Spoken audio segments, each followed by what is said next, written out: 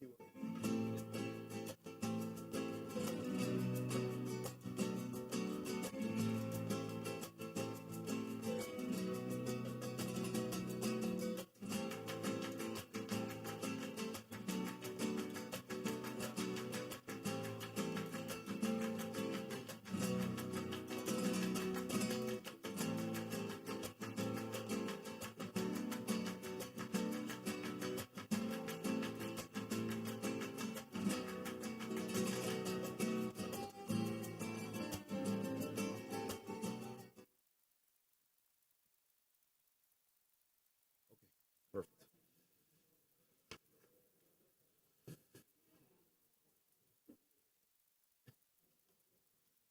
Mr. Clerk, ready? Pass out. Food for thought. Okay. Thank you. You want to pass it down? Oh. Good morning. Good morning, everyone, and welcome to Tuesday, February 15th, 2022 City Commission meeting. It's a pleasure to have all of you here, and I look forward to your engagement and your involvement in today's commission meeting. I'd like also to remind everyone in the beginning of today's meeting that we have a 5:30 sunshine meeting that will run till 7:30, and we'll be talking about Biltmore Way and certain zoning changes that have occurred, and the commission's intention in regards to the existing zoning code. So to start this morning off right, I'd like to invite Reverend Terrence Taylor to please join us.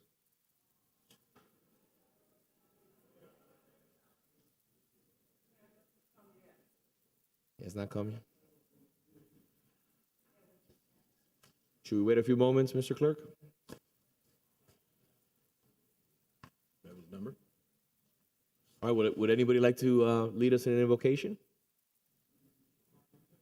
All right, well, it looks like I will then. Let's bow our head. Lord, thank you for allowing us a privilege to serve. We want to ask you to please give us the guidance and the wisdom to do everything in our power to best serve the residents, the business community, and all those who visit us here in the City Beautiful on a daily basis.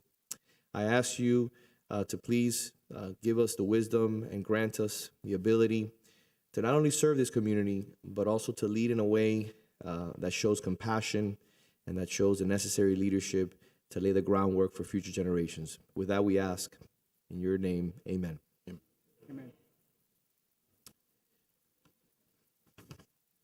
Moving on, I'd like to ask the Vice Mayor to please lead us in the Pledge of Allegiance. Please rise. I pledge allegiance to the flag of the United States of America and to the republic for which it stands, one nation, under God, indivisible, with liberty and justice for all.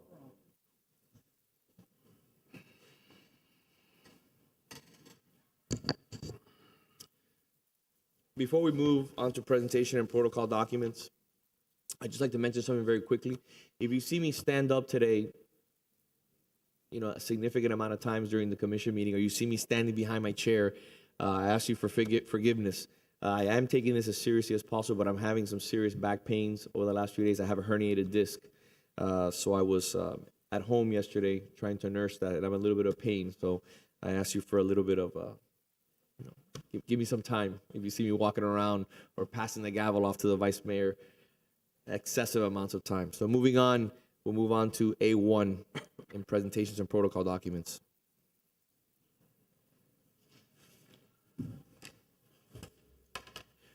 So A1 is a presentation or proclamation declaring February 2022 as Black History Month in the city of Coral Gables. So I'm going to read a proclamation that we have here, and we have some of our community leaders that are going to join us also to celebrate this wonderful month. Whereas a Harvard-trained historian, Carter G. Woodson, liked W.E.B. Du Bois before him, believed truth could not be denied and that reason would prevail over prejudice. Thus, his hopes to raise awareness of African Americans and their contributions to civilization were realized when he and the organization he founded, the Association for the Study of Negro Life and History, conceived and announced Negro History Week in 1925, and said event was first celebrated during a week in February in 1926. And whereas the celebration was expanded to a month in 1976, the nation's bicentennial, where then President Gerald R. Ford urged Americans to seize the opportunity to honor the too often neglected accomplishments on African Americans in every area of endeavor throughout our history. And since then, the entire nation has come to recognize the importance of this celebration. Thus, each American president thereafter has designated the month of February as Black History Month.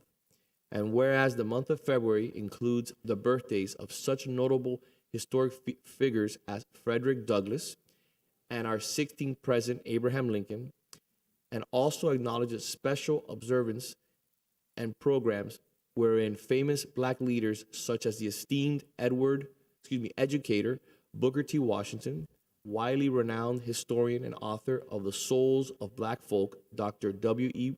Du Bois, and acknowledged as our nation's most revered crusader for human rights, preacher and civil rights leader, Dr. Martin Luther King Jr. Now, therefore, I, Vince Lago, as mayor of Coral Gables, along with the members of the City of Coral Gables Commission and the citizens of the City Beautiful, do hereby proclaim the month of February 2022 as Black History Month in Coral Gables, with this year's national theme of Black Health and Wellness.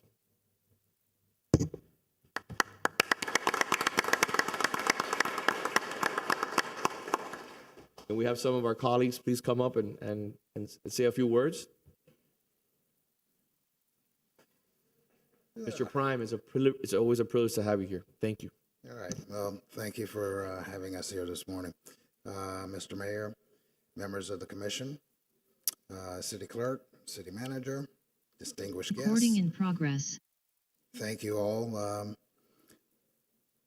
Recognition is one of those things that we all must remember, and to make sure that we never forget and that we can always move forward. We can never move forward if we don't recognize our past or acknowledge those who have given their all to help us get to where we are. And on behalf of our community, I accept that proclamation. Thank you. Thank you. Thank you, sir. Let's take a quick photo.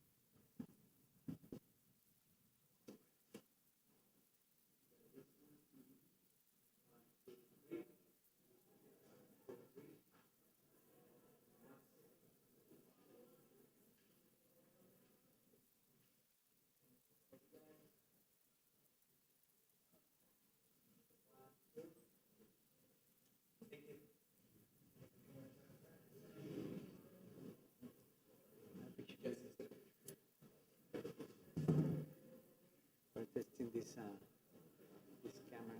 1, 2, 3. And if you give me 1 second.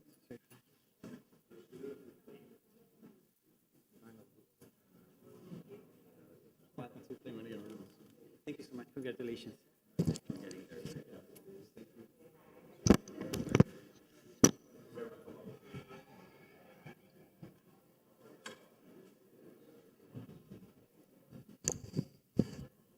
Let's do this right. Let's do this the right way. Reverend Taylor, please join us. I attempted to provide an invocation when you weren't here, and I didn't do us the proper justice. I know that you can do a much better job than I attempted to. So please, let's start this meeting off on the right foot.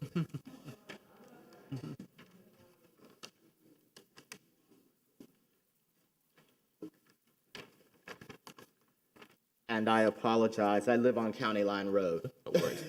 Listen, no worries. We're just blessed to have you here. Thank you.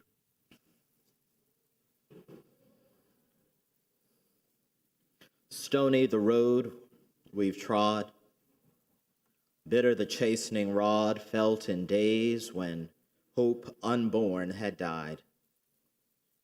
Yet, with a steady beat, have not our weary feet come to a place for which our parents sighed? We have come over a way that with tears have been watered. We have come treading a path through the blood of the slaughtered. Today we have gathered, O God, in the city beautiful, not only to do the business of the people, but to remember not just this civic observance of Black History Month, but in every month, day, hour, and minute, the special contributions of those who very early on literally gave blood, sweat, and tears to clear land, build buildings, educate and nurture children, to take care of the sick.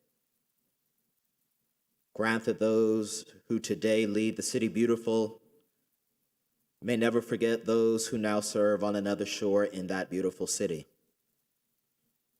Grant that those who lead today may lead efforts to bring about the kingdom on earth as it is in heaven.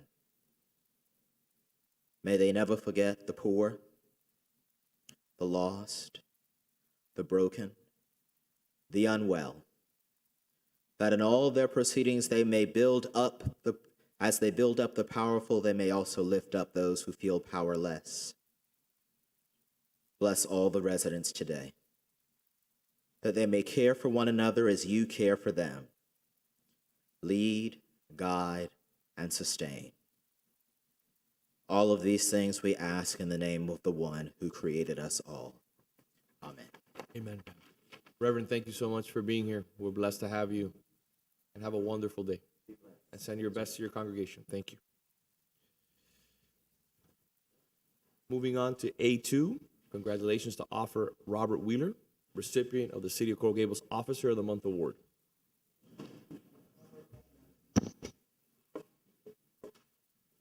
Good morning, Mayor. I thought he had retired already. I thought he had retired already. So did I. I didn't realize he was here until I read this nomination. No. I think everybody around the school zone knows that Officer I see him Wheeler's every still day. working. Every day.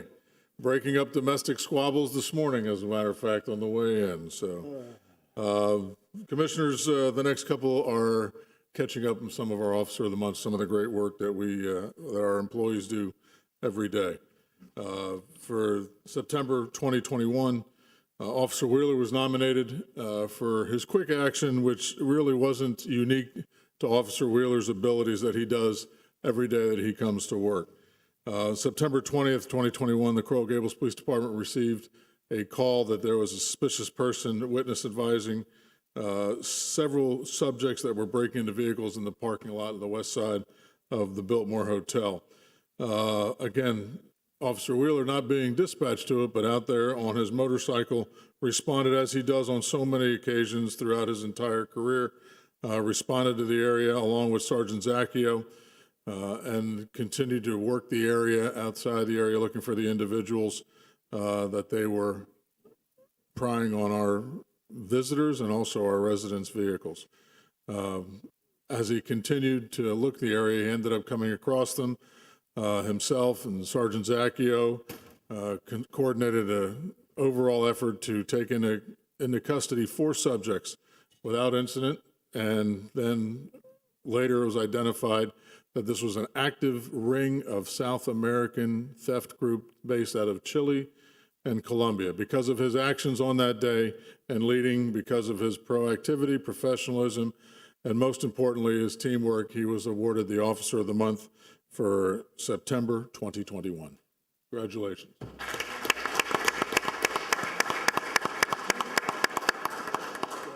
Hey, Chief, I'm just wondering, can I get 3 tickets to the Texas A&M game? We get Officer of the Year, possibly. All right, thank you very much. Yeah, And thank you, guys. I'm not going to give you the days off, but I'll give you the tickets. Mayor Lago, I want to thank you for stopping 4 times by the motor unit. And we all said, have a great day, and we all talked about it, and none of us wanted to go to Midnight Motors. So thank you very much. Listen, we are, and I speak for the commission, the work of the police department here is incredible.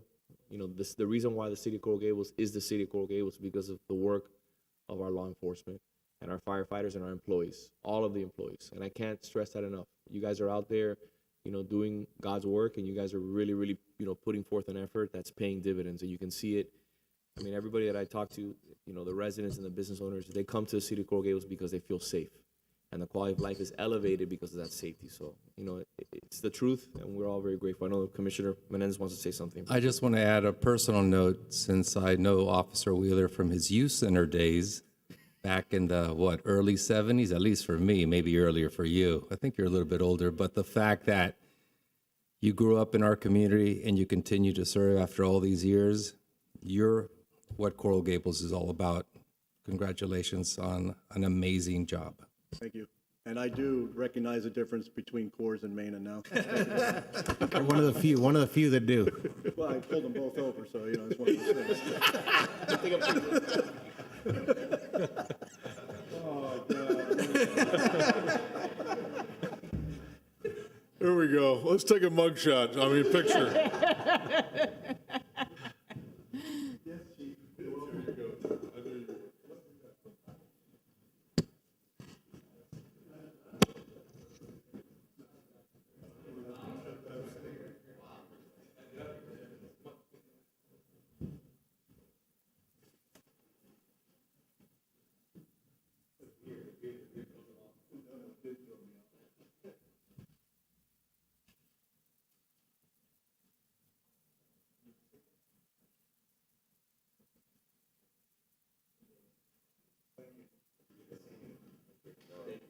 Can we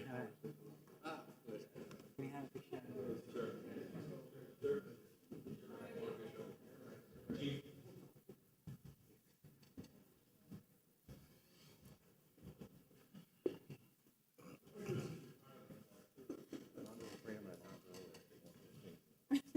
Stay out of my way. It's possible I may knock you over before it's all said and done. You may, Not intentional, at least for you. be steady on my feet. Almost enough. See, we give you a wide berth. Yes, sir. Problem solved. I'd like to have LaCavia Tyler please come up. Officer Tyler, who is relatively new, I think, how many months? 7 months. There you go.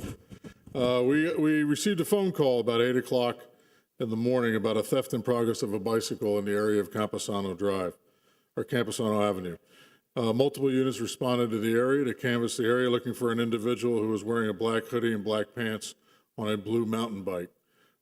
Officer Tyler, who has only been with us, as we just stated, 7 months, started doing what really takes a few years to learn, how to kind of look in the area and look for those people that are trying to get away and farther out from what we call our original perimeter.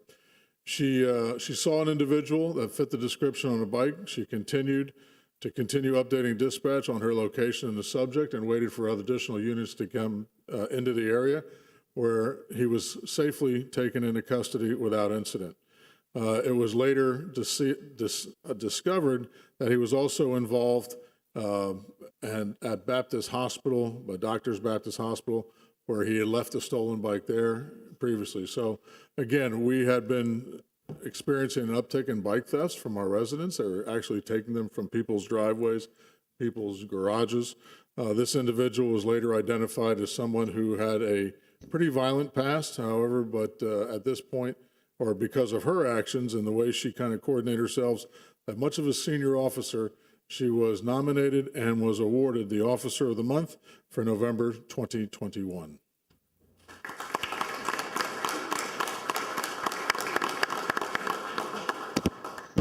I I would like to say it's such an honor to receive such an award so early in my career, a point where I've learned so much, but I also have a lot of more learning to do. And I'm greatly appreciative of the wonderful FTOs that I've had who stress the importance of knowing where I'm at and also communicating effectively on the radio where others can understand me. With that being said, I'd like to thank you. Have a great day. Thank you. Good job. Take a quick photo.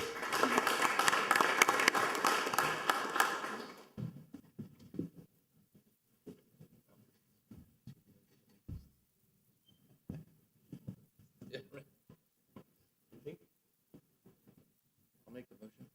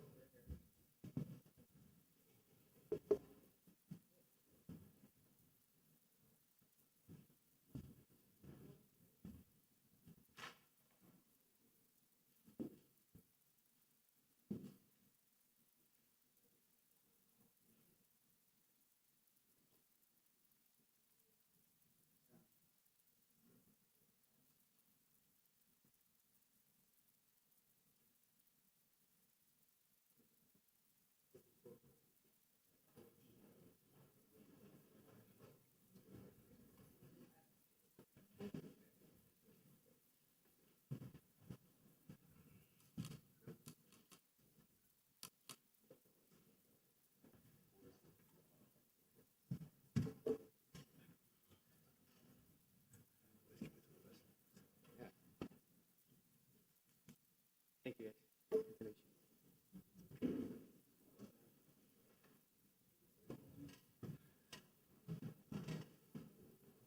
Chief A4.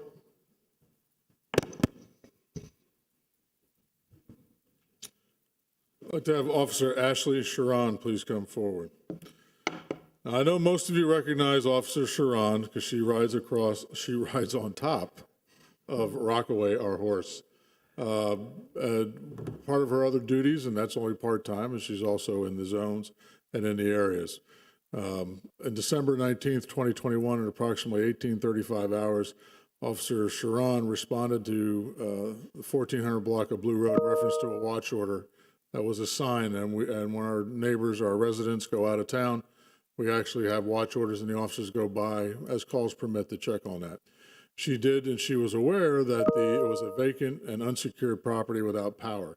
As she pulled up later on in the evening, she was confronted a male that appeared homeless with dirty, tattered clothing. Officer Sharon detained the individual for further investigation. After reading the male his rights, he was asked where he was going, which he responded, Hialeah. She continued to ask questions and said he was coming from the Metro Rail, and that's how he got into the neighborhood. He wasn't sure where he was going, couldn't really provide an explanation as to why he was standing there, and he verbally identified himself, and a record check was conducted. The male had an extensive criminal background, including battery on a police officer, burglary, escape from custody, and he was unable really to dispel Officer Sharon's alarm. Because of this, he was arrested for loitering and prowling. We later found that he was wanted in several other cases throughout the county, but because of this and her self-motivation and her strong work ethic, then she always never hesitates to go above and beyond her call of duty on every call. She was awarded the Officer of the Month for December 2021, Ashley Sharon.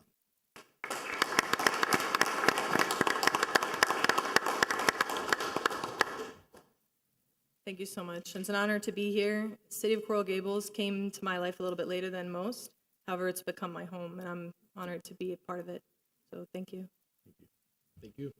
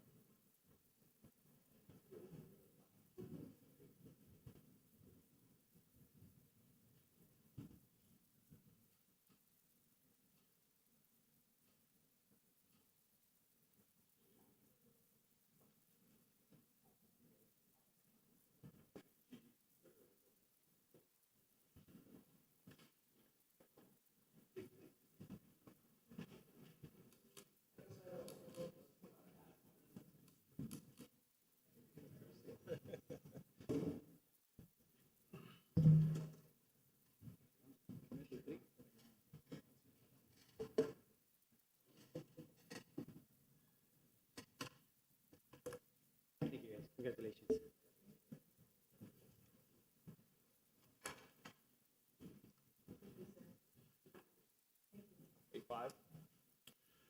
A5 of Detective Joel Rios, so please join me at the podium. A5 is recognizing our detective of the fourth quarter for 2021. Before you stands Detective Joel Rios. Detective Rios has been a member of our property crimes and auto theft specifically. In this nomination, he had cleared about 7 cases because of his passion, knowledge, and extensive list of law enforcement contacts throughout South Florida. Our agency has been extremely successful with the identification and arrest of numerous auto theft subjects, the expeditious recovery of numerous stolen vehicles. Moreover, Detective Joel Rios is always eager to assist his fellow colleagues to ensure the job gets done efficiently and thoroughly. As a result, Detective Rios' reputation as an experienced, passionate, and hardworking investigator transcends throughout the law enforcement community, as per his Sergeant Brad Bana. I really can't say enough about what a detective he has become. Last year, we had several high-end auto thefts from a ring that were preying on our south end, and probably about 19, I think it was 19 stolen cars, really by order. I mean, people were placing orders in Broward County, and it was because of his diligent work and the teamwork of the rest of the detectives that he was able to arrest many of those individuals, hold them accountable for different crimes that were committed in our city. One of the other really trademarks that I found remarkable in his work ethic and what he uses is our ALPR license plate readers and our CCTV and our Ring camera partnership. He was able to solve 2 or 3 construction site where total loss of about $7,000 to $10,000 because of his use of the license plate recognition software that we have throughout, as well as our Ring footage, and he was able to positively identify the individuals that were preying on our construction people that were redoing their houses. Because of his actions throughout the fourth quarter, it is my privilege to present to you Joel Rios, the Distinguished Detective of the Fourth Quarter 2021.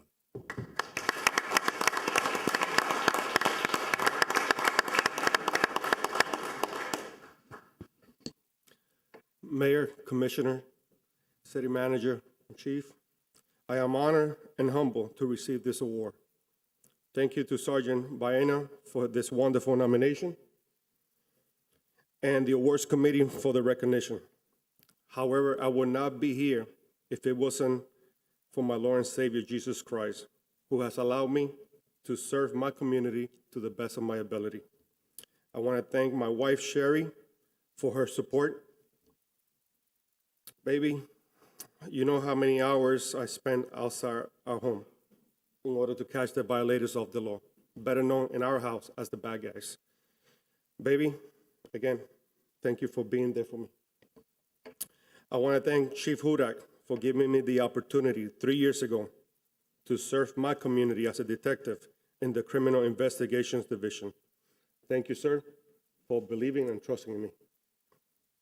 Finally, I want to thank all the officers and detectives from the Property Homicide Unit that are here today, and all the supervisors in Coral Gables that have contributed and invested in my growth over my career.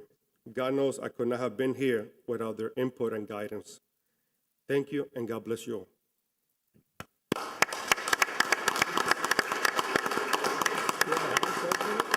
You have a homicide unit? It's a nickname we have. A homicide? It's a problem. It's an Hold on. inside joke. You notice, look at them, don't look at me. How many times have you been up here? It's property that gets homicide.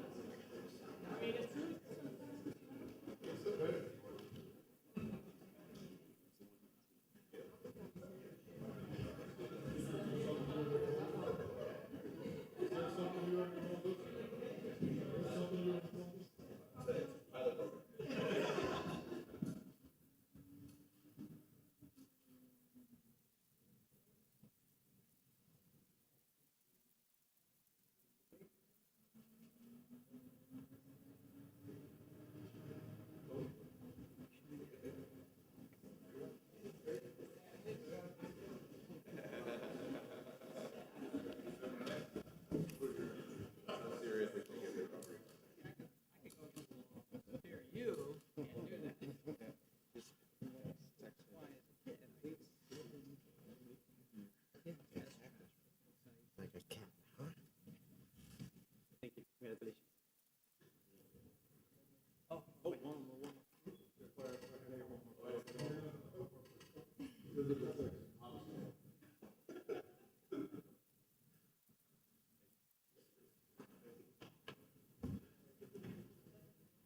One more, right, Chief? 8-6? At this time, I'd like to ask the president of the FOP, Javier Bruzos, to join me at the podium. Commissioners, the Robert D. Court Award is picked for the Officer of the Year by the employees. This is not something that staff has any input on. It is their work when we had two executive boards of both the FOP and the PBA that represented our employees. This was a joint award. So at this time, I'd like to turn over the presentation to the president from the FOP, Javier Bruzos. Good morning. I would like to take this opportunity to introduce Sergeant Michelle Christensen, which is our latest recipient of the Robert D. Court Award. She has been a police officer with the City of Coral Gables since 2005.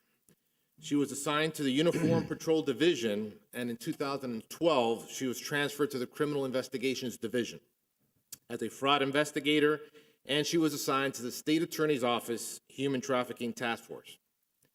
In 2013, she became a member of our crisis management team as a negotiator and still serves in that capacity now. She is a two-time Officer of the Month recipient and Detective of the Quarter. Sergeant Christensen is also the LGBTQ liaison of our department and is part of an advisory board with other law enforcement agencies. This last October 31st, 2021, she was promoted to the rank of sergeant and is currently serving our community in the Uniform Patrol Division.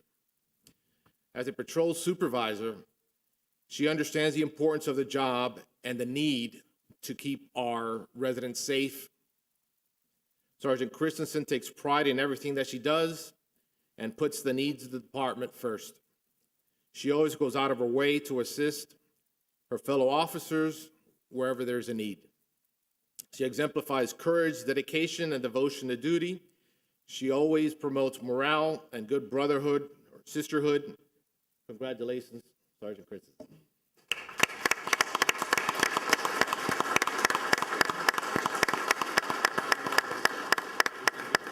Commissioner, before she says anything, I need to tell you exactly how far back I go with Sergeant Christensen. The original Sergeant Christensen in my career in 1984 was her father, Henry Christensen, and his wife, Terry, who are here, and they came in, so if they would come up. So the first person that was responsible for my antics as a cop and dispatcher was her father. Notice the gray hair is still on the top of his head. Henry was also retired as the head of the University of Miami Police Department. So they are here with the rest of her family. So I've known her since she has been 11 years old, and it is very, very much proud for me to be here today to recognize somebody who stands for everything that this award is about in Robert D. Court on this anniversary. So with that, we have the check for $500, I believe it is. Breakfast is on me. That's it, breakfast is on her. And for Outstanding Coral Gables Police Officer of the Year for 2021, selected by the Fraternal Order of Police, whose service as a police officer exemplifies courage, dedication, and devotion to duty, February 2022. Congratulations, Mitch.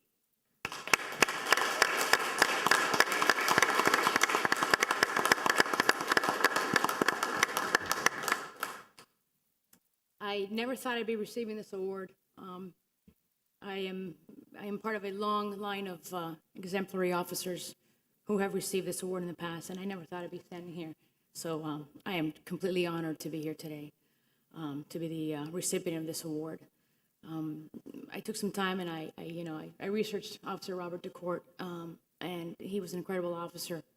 And this honor comes on the 50th year after Robert DeCourt was killed in line of duty on January 21st, 1972.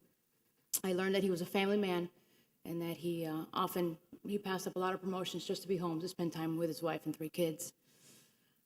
He was also very committed to the youth in the community, and he always took time to mentor and spend time with them, which as officers we still do to this day, because the youth is the future. I also learned that he saved 3 lives from a burning building, and he himself rushed somebody in his own vehicle to the hospital and was able to save his life. To say that I am humbled to be receiving this award is an understatement. Thank you.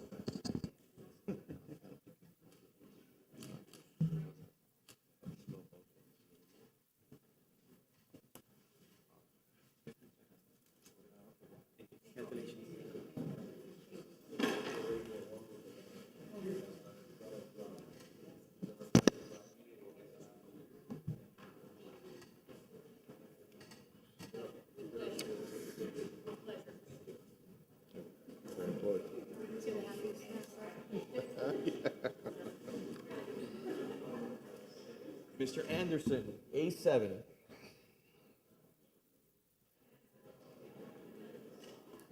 Good morning, sir. Good morning. Good morning, Mayor, Commissioners. It's an honor to be with you all today. We're going to be celebrating the city achieving LEED Silver on both our public safety building and our trolley maintenance facility. Very nice. And before I start, I really wanted to give a lot of credit. I'm fortunate enough to be up here, the one talking to you all, but there's been a lot of work behind the scenes under the leadership of you all, the city manager, Ernesto Pino, his team, and all of the consultants that help work on both of these projects to help achieve this great accomplishment. Over the last 7 years, the city of Coral Gables has become a real leader in sustainability and resiliency in Florida and across the nation. Coral Gables recognizes that sustainability and resiliency must be a key focus of the city's policies and services, with the goal of creating a more resilient and sustainable Coral Gables for current and future generations. This includes the way in which we design, construct, and operate our municipal buildings. In 2016, the city passed a green building ordinance that requires all future city public buildings and private buildings over 20,000 square feet to be built to LEED Silver or equivalent, which ensure large developments in the city are energy and water efficient, reduce waste, and incorporate additional resiliency and sustainability measures. The city is leading by example. Recently, both the Police and Fire Headquarters, Public Safety Building, and the Trolley Maintenance Facility were certified by the U.S. Green Building Council, achieving LEED, Leadership in Energy and Environmental Design, Silver certification under LEED version 4, Building Design and Construction for new construction and major renovations. The Police and Fire Headquarters is not only a beacon of safety and resilience, it's also a beacon of sustainability. Some of the Police and Fire Headquarters was able to achieve 50 points through LEED. Some sustainability highlights include all LED lighting, low flow faucets and fixtures, building level energy and water metering, heat island reduction, enhanced commissioning, construction and demolition waste management, and indoor air quality management. The trolley maintenance facility was able to achieve 54 points. Some sustainability highlights include, again, all LED lighting, low flow faucets and fixtures, electric vehicle charging infrastructure, bicycle parking, building level, water, and energy metering. These achievements also help the city move and achieve our goals that we've set forth in our city sustainability management plan, which call for reducing energy and water consumption, greenhouse gas emissions by 20% by 2025. So I want to present you all these two plaques that will be put into the building. This one is made out of recycled glass, so fitting with the theme. And this one for the trolley maintenance facility. And I also have certificates from the U.S. Green Building Council honoring our achievements. So I don't know if the manager wanted to add anything to this, but it's a great achievement for our city. Again, leading by example and continuing to show and provide that leadership to our community and across the country. Mr. Manager? Well, these two projects put us at the forefront of construction, Mayor, as you know, and not only do we require others to do lead, but we're also leading by example, which is what we need to do. These two projects were built under difficult times. We built them under a pandemic, and I've never built on a pandemic before. I think it's something new for both of us. And but to obtain lead silver in both of these buildings is a major accomplishment, and we're all very proud of it, and we're proud to lead by example. Lead by example, Mayor. Mr. Manager, just before we take a quick photo, when we wrote that legislation, and it was this commission that wrote it, I sponsored that item, something that I felt very proud to bring before the commission. Again, it takes a lot of work, and it costs us a significant amount of money, but the dividends in the future are so significant that we're setting an example for the private sector in regards to providing that every building over 20,000 square feet be LEED at a minimum silver. But besides that, the real credit goes to you, and goes to people like Ernesto Pino and all the individuals like Hermes and everyone at Public Works and everybody on your construction team who really labored, like you said, during a pandemic and brought two of the most complex projects in the city's history to bear. And we have them here as a result of your commitment and your team's commitment and effort. So I want to thank everybody for that, and that's where I want to make sure all the credit goes. Let me say that this is really a team effort. Yeah. We have a tremendous team who I tell them have gone through so much that they're battle tested, and this team really has come through in every aspect. So this is really a team effort, and we just have a fantastic. I'm blessed to have a fantastic team to work with.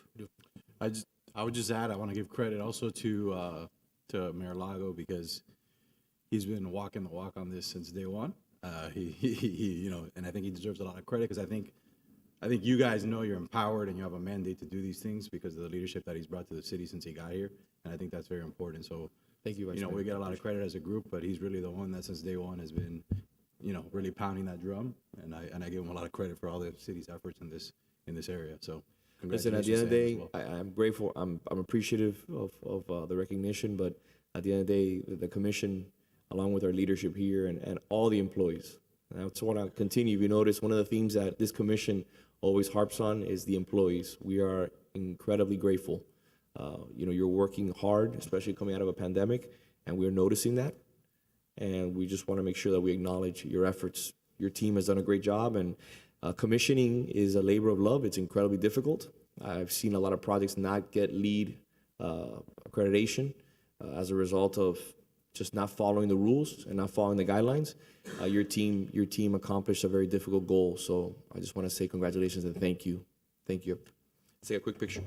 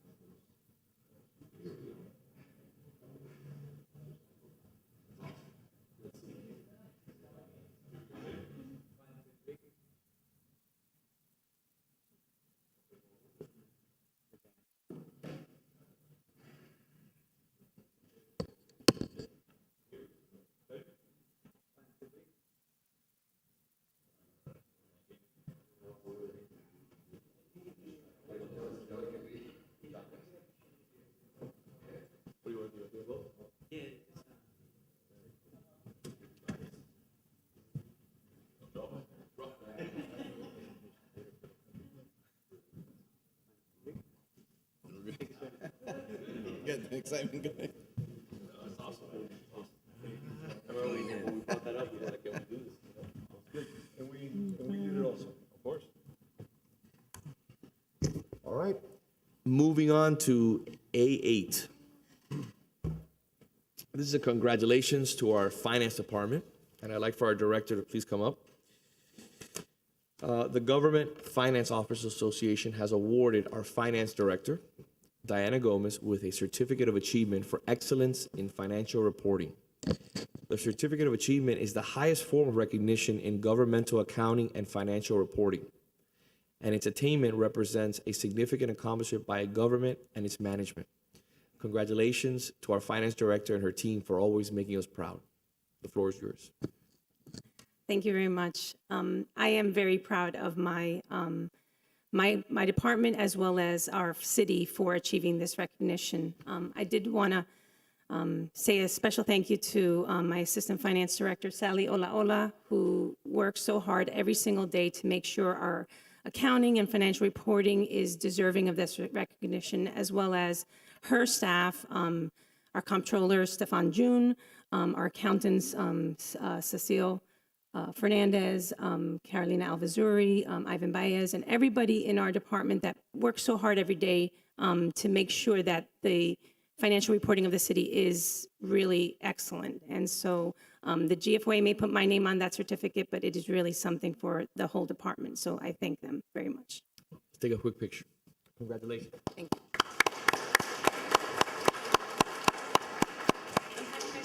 Of course. Thank you.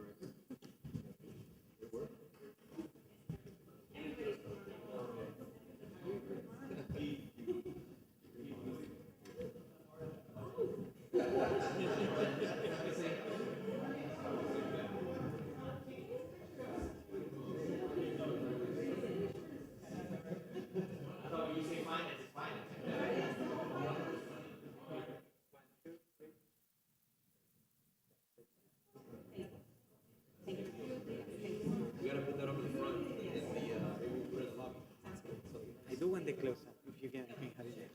Yeah, if you want to be in the picture, then we can. 1, 2, 3. Thank you.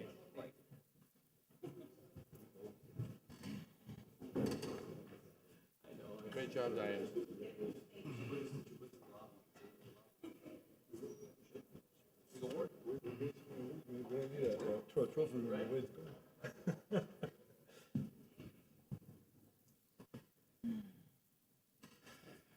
Moving on to A9.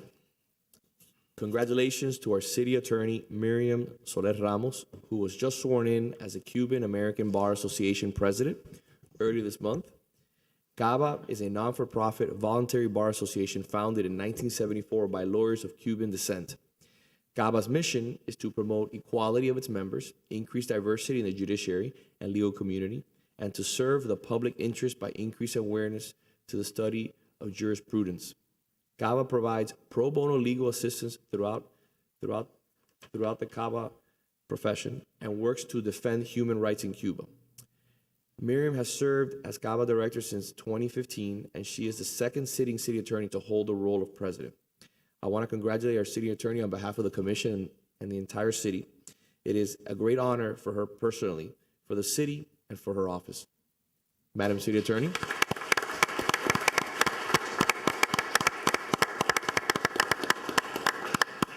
Thank you, Mayor. I appreciate your kind words. I'm honored and humbled to be able to lead this organization that's very near and dear to my heart, and particularly in the days after the passing of Judge Godrich, which was a legal giant in this community and the first CABA president.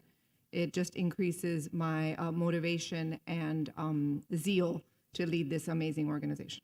Madam City Attorney, you make us very, very proud. Thank you, And Mayor. I want you to know that. And it's been a privilege to have you here serving in your capacity, and we're blessed, and this community is blessed to serve you now as CABA president. So thank you for all your hard work and your commitment to the community. Thank you. Thank you. Congratulations.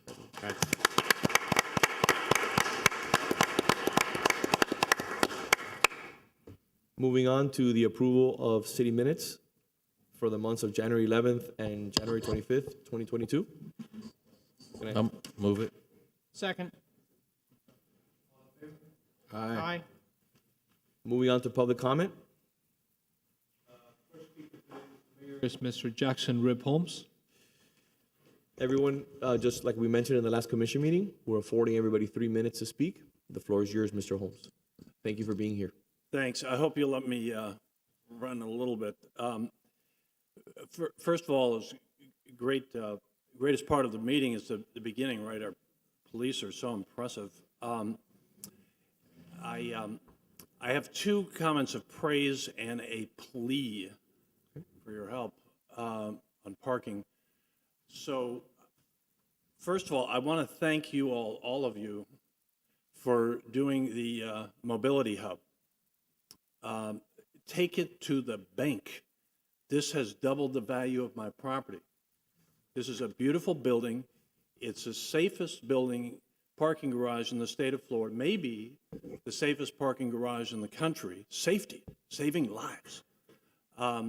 Second praise is to Mayor Lago, who is really a visionary on how do we get to not needing parking. What happened to the penny sales tax funds? He's a true hero in having taken upon himself to sue, to say what happened to $27 million that were collected to enact rapid transit throughout our county. We could have had Metro rail, up on all of our highways, getting people out of their cars and reducing the need for parking. The county instead raided that fund to the tune of $27 million out of the $32 million collected for just other purposes during the Great Recession. And he wants to get the money back. And I urge you all to get behind this. Let's consider, Ms. Ramos, the possibility of suing the county to get the money back where it was intended. That leads me into my plea. No one has demonstrated better than Mayor Lago that we're stuck with our cars because of the horrendous things I just described, which I think the city really should consider reviving his litigation to get that money back. So now here comes my plea. Parking then is a necessity, right? If we cannot provide parking to our downtown, we're going to lose. People will say, hey, I don't have time to run around chasing for parking. I don't want this mandatory remote parking. I'll just go elsewhere until you figure out, if you ever do, how I can park my car. The mobility hub, of course, is a tremendous, miraculous shot in the arm for our parking. But here's my concern, Mayor Lago. The developers rule here, all right? Now, we approved 4-story buildings with mandatory remote parking on Miracle Mile. Those people, I hope you give me a second here. Those people, I think, are going to come knocking on your door. They are the 800-pound gorillas in this city and say, let us use the mobility hub for our mandatory remote parking. Because under this new zoning code regulation, they're not going to be able to afford providing parking within the 1,000-foot radius. So they'll say, we are the 800-pound gorillas. We want to use the mobility hub. Well, what about the rest of the parkers? What about the rest of the shoppers? What about the city's income base from the downtown? If those people don't have a place to park, not only do people like me go under, but even the city is saying, oh my God, where's our tax base here? That's why I believe, unfortunately, we need to preserve the 345 Andalusia parking garage. This is just like, this keeps me up at night. I'm just absolutely begging you. Thank you. Mr. Holmes, if I may answer your question, with your statement. What I have tried to do, and I think what we've accomplished, is ensure that the city continues to own both parcels of land. That's why we went in a different direction in regards to a PP3 option that was being offered. We're building the parking garage. The city's going to own the parking garage, and we're going to have the other additional parking garage, which will afford us, I think, Mr. Manager, 300 plus parking spaces. The parking garage 7, it'll be over 400. 400, excuse me. And those parking spaces will be continue to be used by the community. They're not going to be, that building will not be torn down at the present moment. And I am, like I've said before on the record, I'm opposed to selling that piece of property if the city does not have a requirement to sell it. So you're saying you don't have any plans to convert the 345 garage into something else at this point? At this moment, no.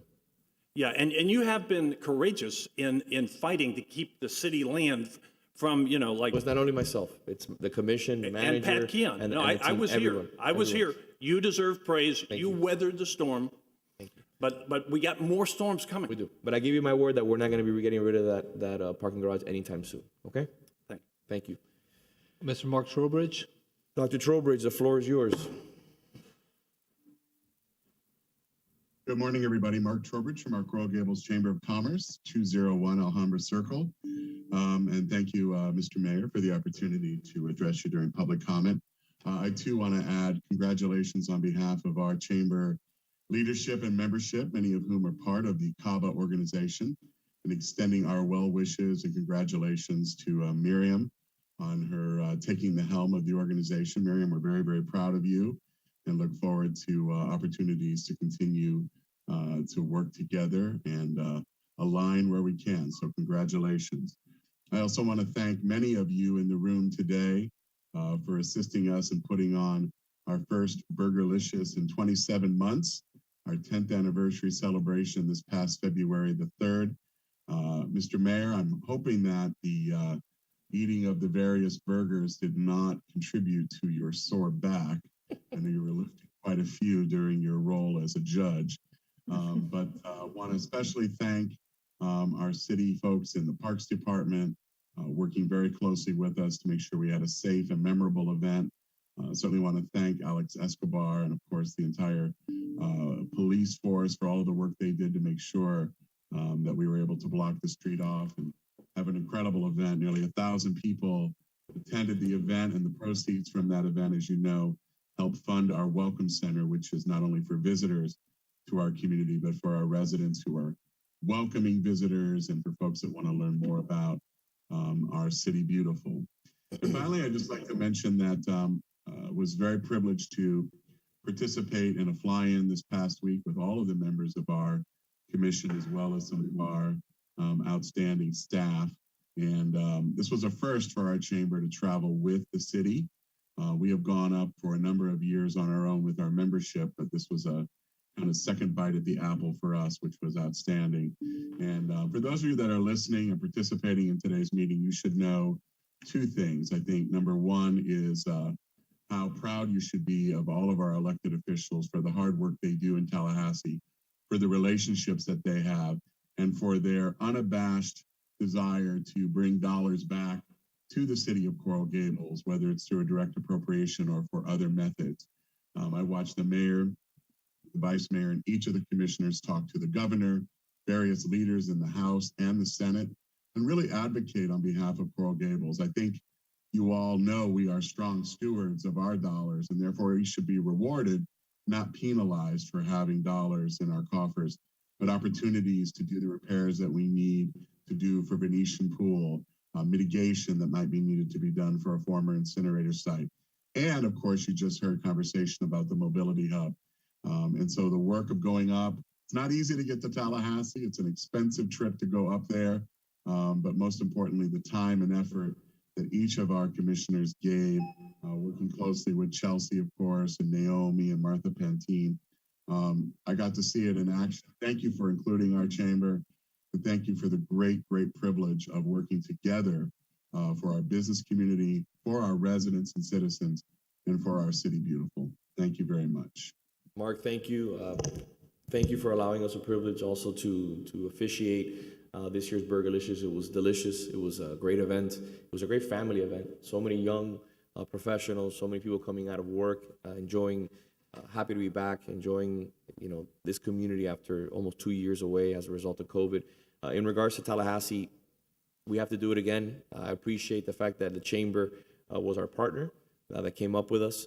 It was great to have you in the meetings. It was a different dynamic, and it was a big benefit, showing that not only can the government come up and advocate on behalf of the residents, but also our business community is hand in hand advocating on behalf of the City Beautiful. So thank you for that. I appreciate it. Thank you, Mr. Mayor, and I hope that your back feels better. I want to remind you that you did require us to work out while we were in Tallahassee, so that could be a contributing factor. Yes, we all worked out together. It was a good team building exercise up there in Tallahassee. Mr. Clerk. Next speaker is Ms. Maria Cruz. Ms. Cruz, good morning. The floor is yours. Good morning. Good morning. Maria Cruz, 1447 Miller Road. I've been a resident here since 1976. Same house, same husband, same kids since 1976. I'm sorry to have to bring this up again, but I made a promise to myself that I will not let this go by the wayside. Time keeps passing by. Years have come and gone, and the female officers involved in the manufactured swimming pool incident, the officers who were slandered, mistreated, and maligned have not been made whole yet. What and when is our city going to make it good for them? Let me remind you that justice delayed is justice denied. As time goes by, justice is going to go away for these ladies who have suffered enough, and I'm tired of hearing excuses. You know, first we have somebody who's pushing the wrong stuff. Then when that person left, we still had the person who's handling the investigation. Then the investigation was not done right. Then, come on, enough is enough. These women were maligned, were slandered, were hurt. Their families suffered, including the chief, who was also maligned and hurt. When is our city going to do good for them, like we do for a lot of people that sue and get money and get settlements? When are these people going to be made whole? Please. Ms. Cruz, thank you for bringing this to our attention again. I've asked the chief to, address this issue. Sir, as of last week, the state attorney's office filed a closeout memo into their investigation of criminal conduct on people that we identified on the second round. There is a meeting that is supposed to take place with the internal affairs commander and the officers that were affected, I want to say tomorrow. It's on the calendar. The investigation will then come to a conclusion for the administrative review and then get forwarded to me for any type of action we'll take against any other officers that were involved in the entire totality of the issue with involving the 14 officers. Once the findings have been rendered and the manager approves of it, I'd like to sit down and have a discussion with yourself and the manager over this issue.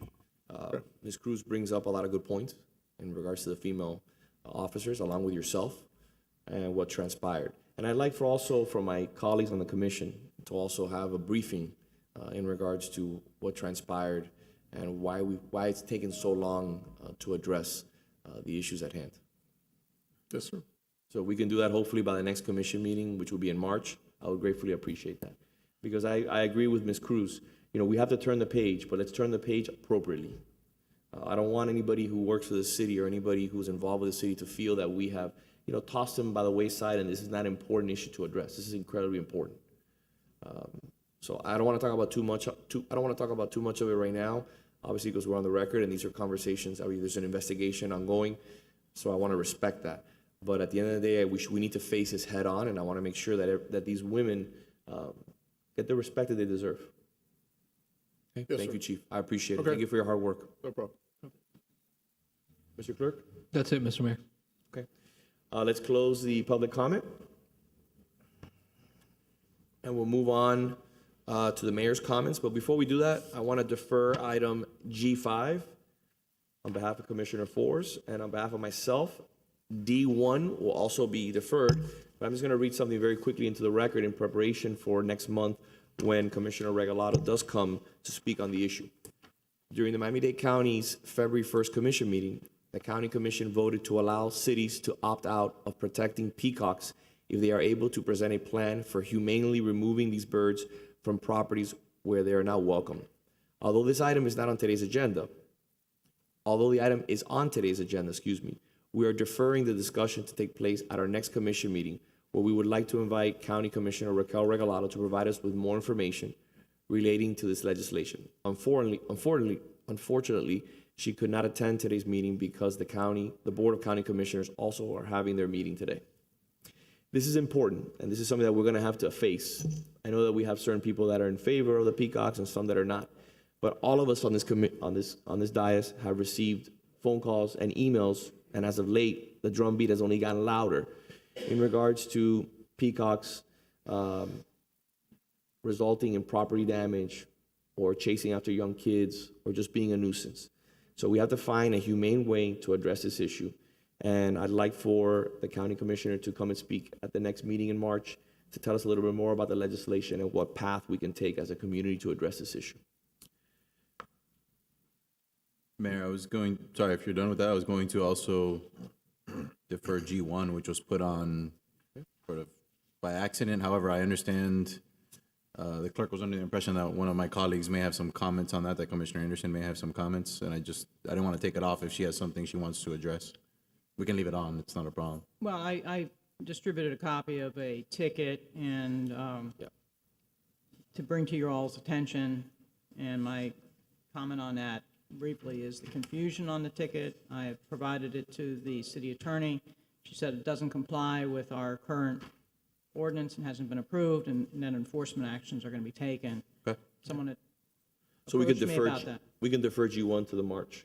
No, that's fine. There wasn't really anything to follow up on. I think Commissioner Anderson just separately had something to share with us on it, which was that, I think.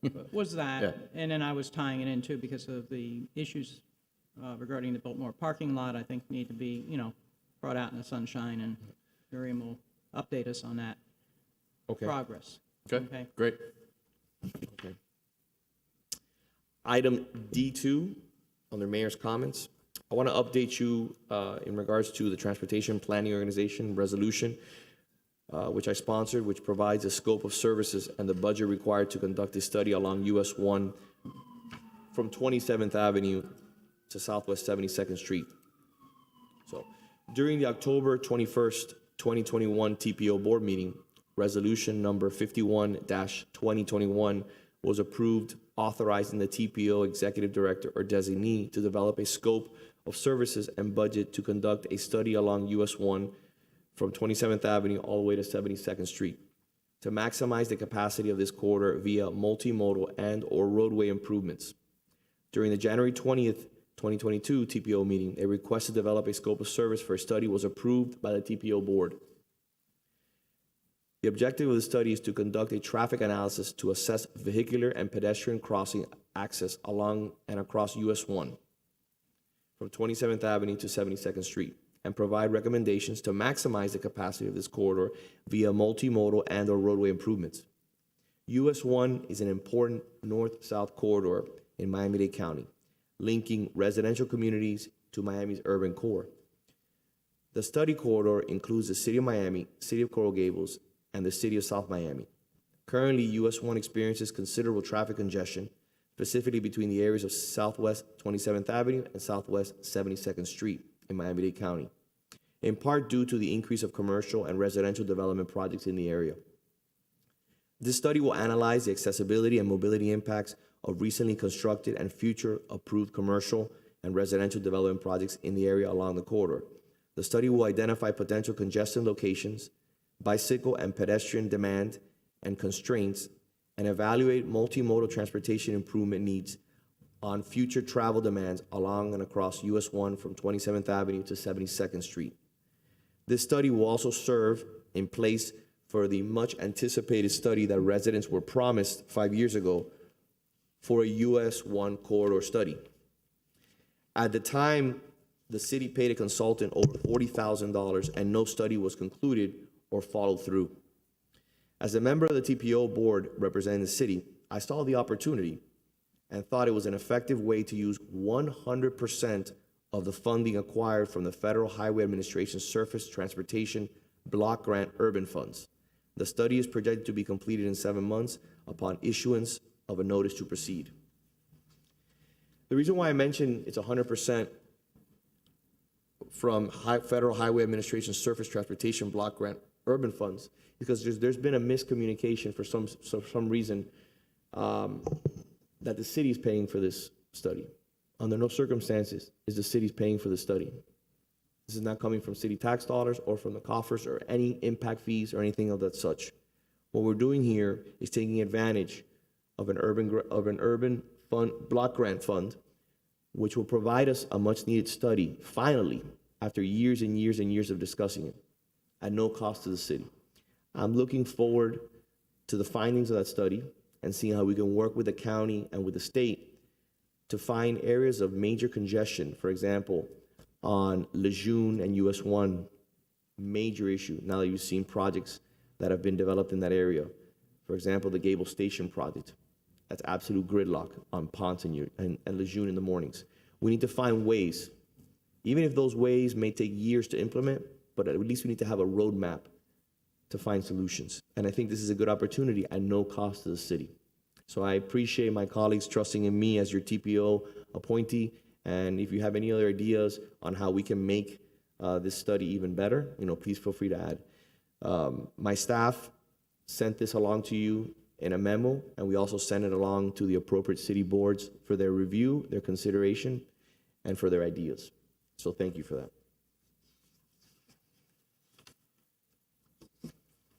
I'd also like to, on my final point, is discuss Tallahassee. So I asked Naomi Levy, please, to join us so she can give us a quick briefing on the trip and tell our visitors who are joining us today during this commission meeting how successful our third trip was during this session.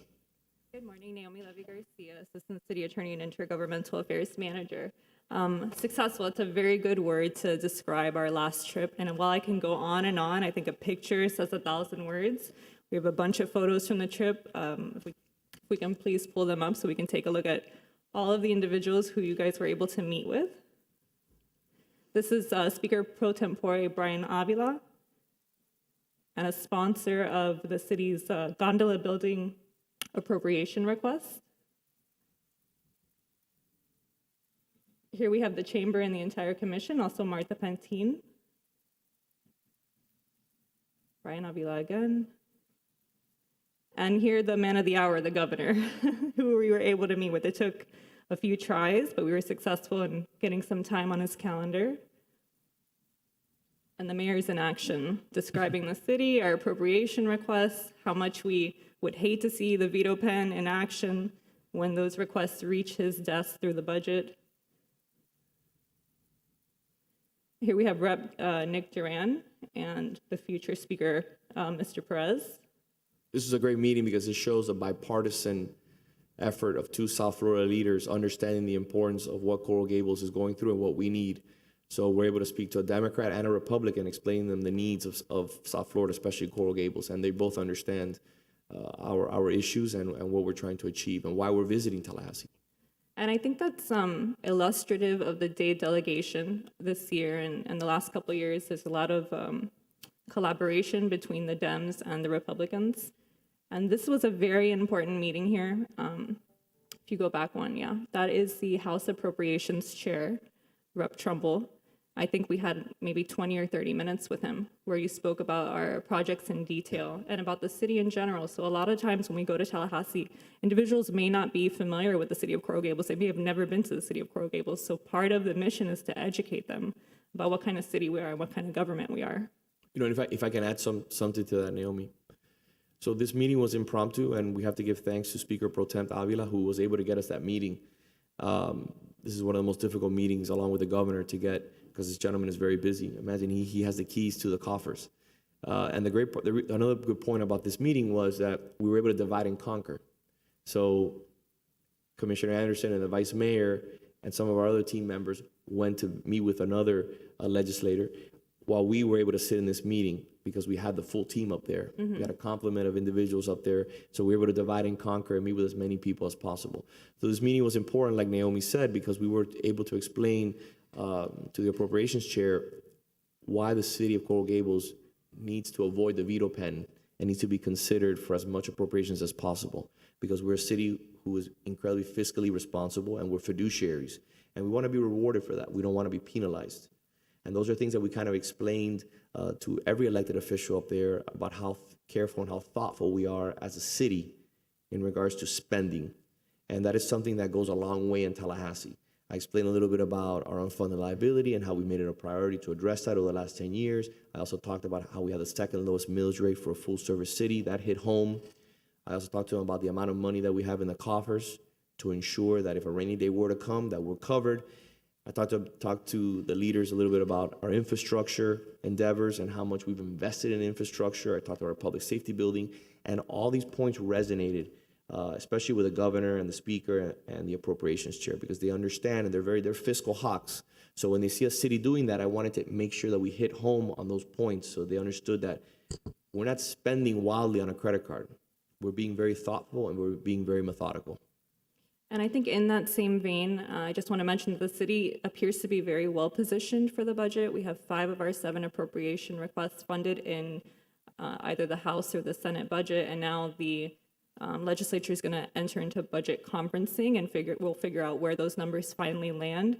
But we could be looking at as much as about $3 million in appropriation requests being funded, and that includes 2 of our parks that we've submitted for FERDAP grants for. Which would be a record, correct? It'd be the most we've ever brought home since I've been doing this. I can't speak for beforehand, but I would venture to say it's probably a record. By the way, we're not only meeting with local elected officials. This is the vice mayor meeting with State Representative Williamson, correct? Correct. I got a lot of questions about this picture. He was generous enough to share his chair with somebody else, which is why he's somewhat bizarrely kneeling at the desk. But it's a great photo. He's a gentleman. He's a gentleman, and he gave us an unlimited amount of time, and his position is He's the chair of a subcommittee for appropriations. So we really wanted to talk a lot about and really hit home about our fiscal responsibilities. Commissioner? I just want to say that so proud of being part of this commission and how well we work together as a team up there in Tallahassee. We were all on the same page. A lot of it, I have to compliment you, Naomi. It went so smoothly, and we were on point, and we were on schedule, and we met with the right people. I especially want to compliment Mayor Lago, because in every meeting, especially with the governor, you hit home exactly like you said, how fiscally responsible the city of Coral Gables is. And you explained to them in a way that they understood what Coral Gables is about in terms of the way we run things. And I want to compliment my colleagues. I think collectively we were able to explain why each project is important, the spirit behind the project and what it means to our residents. So I can honestly tell you, in the short amount of time we were there, we accomplished a great deal. And I think we made Tallahassee understand that Coral Gables is not going away and that Coral Gables needs to be addressed in the right way for our residents. So I want to just compliment everybody that was part of that venture, that job. Very well said. Thank you. Yeah, so, and, if I can just wrap it up, I do appreciate each and every one of you taking the time to become subject matter experts on our appropriation requests and on our policy initiatives, whether you were talking about mangroves or sovereign immunity or smoking in parks, or just making it personal by explaining your relationship to the projects and to the policy issues because of you being a resident and you being passionate about the issues. I think that really resonated with everyone we met with, so thank you for that. In closing, unless my colleagues have anything else they'd like to say or add. I just want to echo Please go ahead. Commissioner Menendez's comments about Naomi's work. Chelsea joined us, Martha joined us, but we were incredibly well prepared, and Naomi knew everybody, had forged relationships already, and I think she knows how to navigate the Capitol very well and put us in position to be successful and have successful meetings. So just kudos to you for your hard work. Yeah, I want to echo everyone's sentiments, and I want to thank Naomi for her hard work, Chelsea, Martha Pantin. Also, I wanted to thank Mark Trowbridge, because I think it gave us an added advantage. Like I mentioned before when Mark was speaking, that it was not only about resident issues, but we came forward with the business community. And we were able to explain, like, for example, we talked about the importance of our downtown and why we need to have certain investments. For example, the monies that we're chasing in regards to appropriations for a parking garage, for our mobility hub, not our parking garage, our mobility hub. Why is that important? It's important because 27% of our tax base comes from the downtown. And then this mobility hub is going to strengthen our downtown. So when you strengthen your downtown, your tax base is going to rise because property value is going to rise. So it's a symbiotic relationship that we were able to play off each other with having Mark in the chamber there, and I think it was very important. So we had a great team. We're gonna hopefully do one more visit at the request of the speaker and our lobbying team. Just one final push, maybe just a drop in and drop out for one day to make sure that before the veto pen potentially hits pen to paper, that the city of Coral Gables is spared and that we receive appropriations that we've never seen before. And I think that that's the testament to the hard work of the commission, our team, which have really been committed this year to delivering on our efforts in regards to appropriations. So thank you, Naomi. Thank you. Thank you so much. Thank you, Naomi. It cannot be underestimated how difficult it is to get these meetings and navigating those buildings. So, and the efforts you made for us to be prepared and have a cohesive presentation. I just want to give you a special thanks for that. Thank you. Thank you very much. Moving on to the consent agenda. Before the vote adopting the consent agenda is taken, is there anyone who wishes additional discussion or review of any item on the consent agenda? I just wanted to highlight very briefly E1. We do this every year where we allow some parking options for the Tour of Kitchens event that the Coral Gables Community Foundation puts on annually. It's an important event for their organization that raises a lot of money, and the city's been supporting them the last several years, so that's on the agenda as it has been in years past. I know Mary Snow reached out to everybody and communicated what their goals were, and so that's on the consent agenda. Perfect. I also want to highlight E2, Wings for Wishes. I think we talked about it at the last commission meeting. Great opportunity for this community. It's going to bring a lot of limelight. And again, it all benefits the Make-A-Wish Foundation. 100% of the proceeds that are raised at the event. So 2 great events that really shine a great light on the city of Coral Gables. I'll entertain a motion. I'll make the motion. Second. Commissioner Anderson? Yes. Commissioner Force? Yes. Vice Mayor Mena? Yes. Commissioner Menendez? Yes. Mayor Lago? Yes. We have a time-certain item, agenda item 2-1. It's a resolution of the Historic Preservation Board requesting that the City Commission adopt a resolution authorizing ad valorem tax relief for property located at 936 Castile Avenue, a contributing resource within the Castile Avenue Plaza Historic District, legally described as Lot 8, Peacock Re-Subdivision, according to the plat thereof is recorded in Plat Book 35, page 60 of the Public Records of Miami-Dade County. Good morning, Warren Adams, Preservation Officer. We're requesting approval for the ad valorem tax relief for the property at 936 Castile Avenue.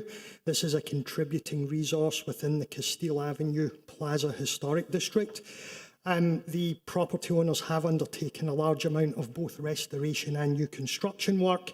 There's new impact windows, replacement of original sills, new barrel tile roof, painting, new services, restoration and recreation of decorative wooden spindles, wooden shutters, restoration of the front door, stucco restoration, restoration of the rear terrace, demolition of an unpermitted rear covered terrace addition. There are 2 additions to the building, a second story and balcony and a rear 1-story addition. And site improvements include new brick paver driveway, a new swimming pool and deck, new landscaping, and restoration of the existing wall fountain. And I believe we have a PowerPoint presentation just to show the before and after. It's the location of the property. This is the house before. This is after the restoration.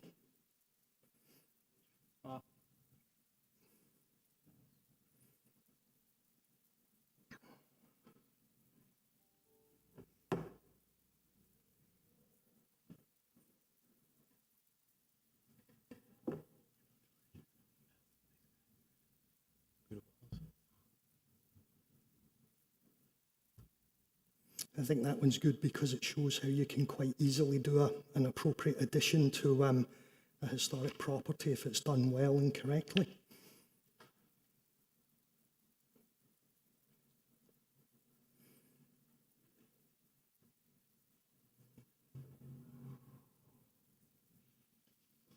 A lot of the original features have either been restored or recreated.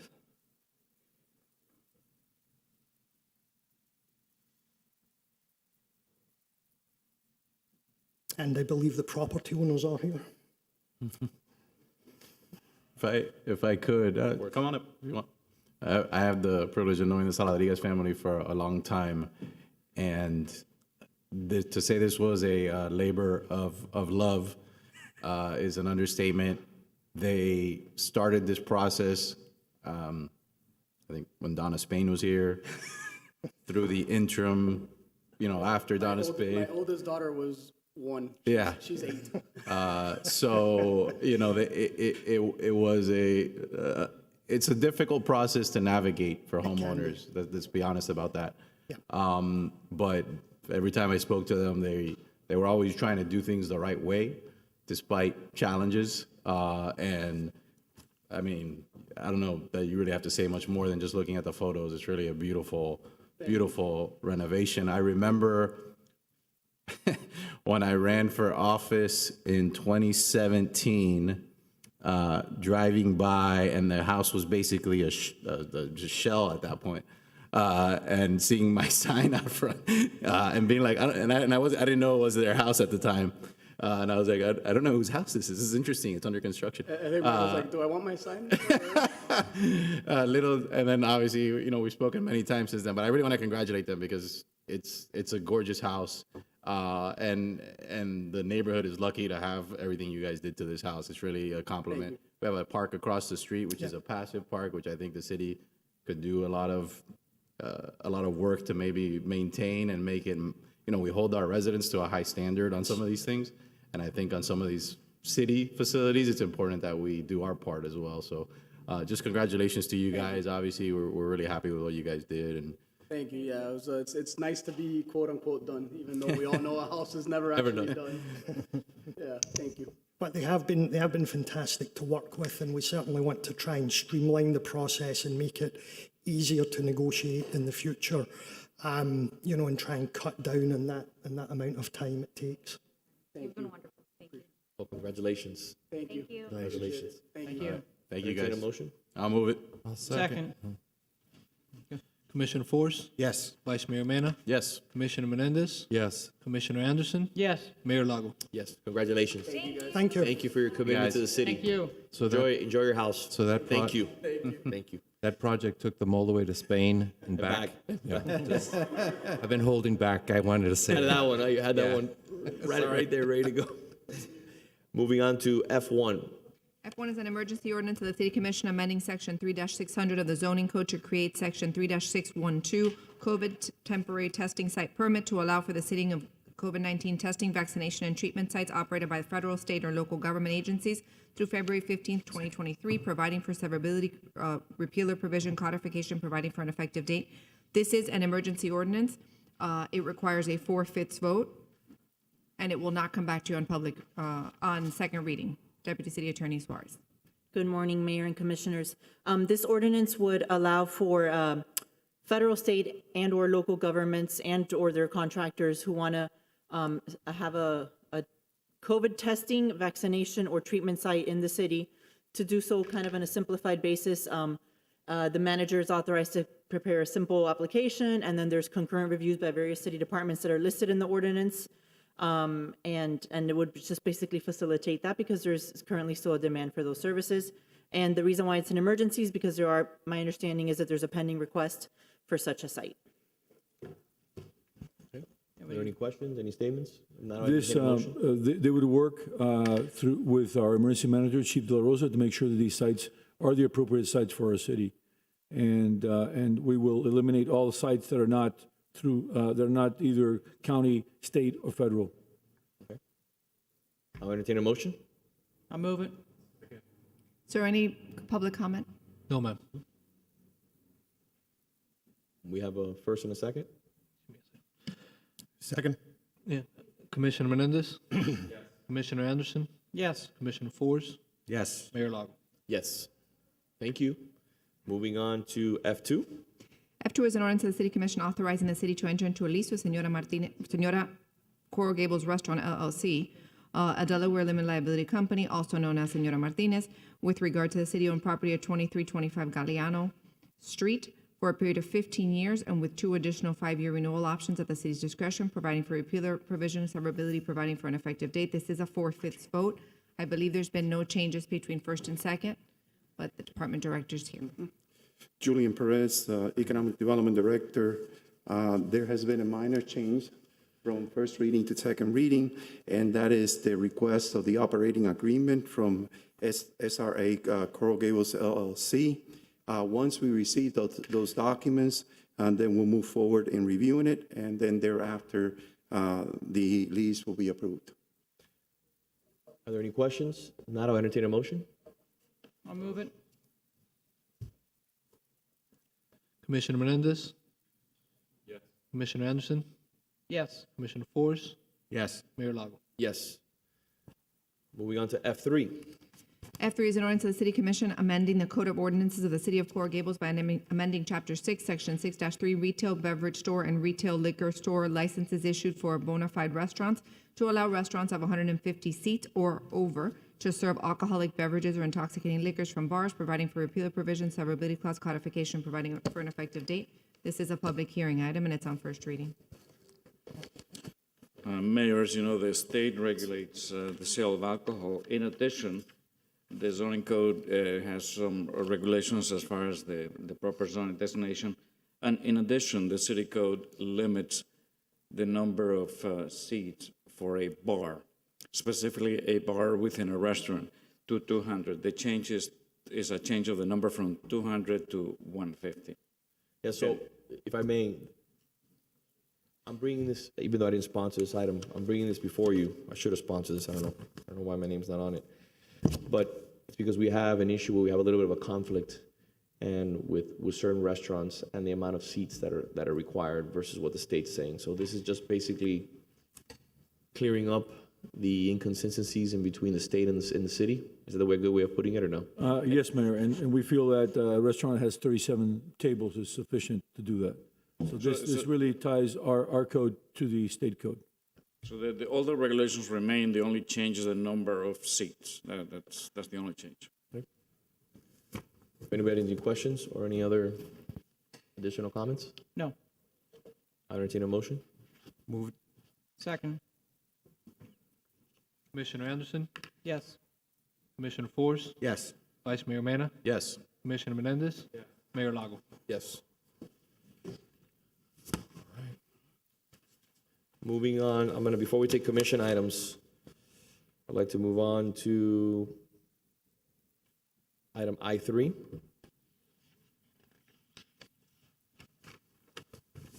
I3 is a resolution of the City Commission authorizing a change order to RFQ 2021-10 Mobility Hub Pre-Construction and Construction CMR Services for the new state-of-the-art Mobility Hub with the White Company pursuant to 2-764 of the Procurement Code.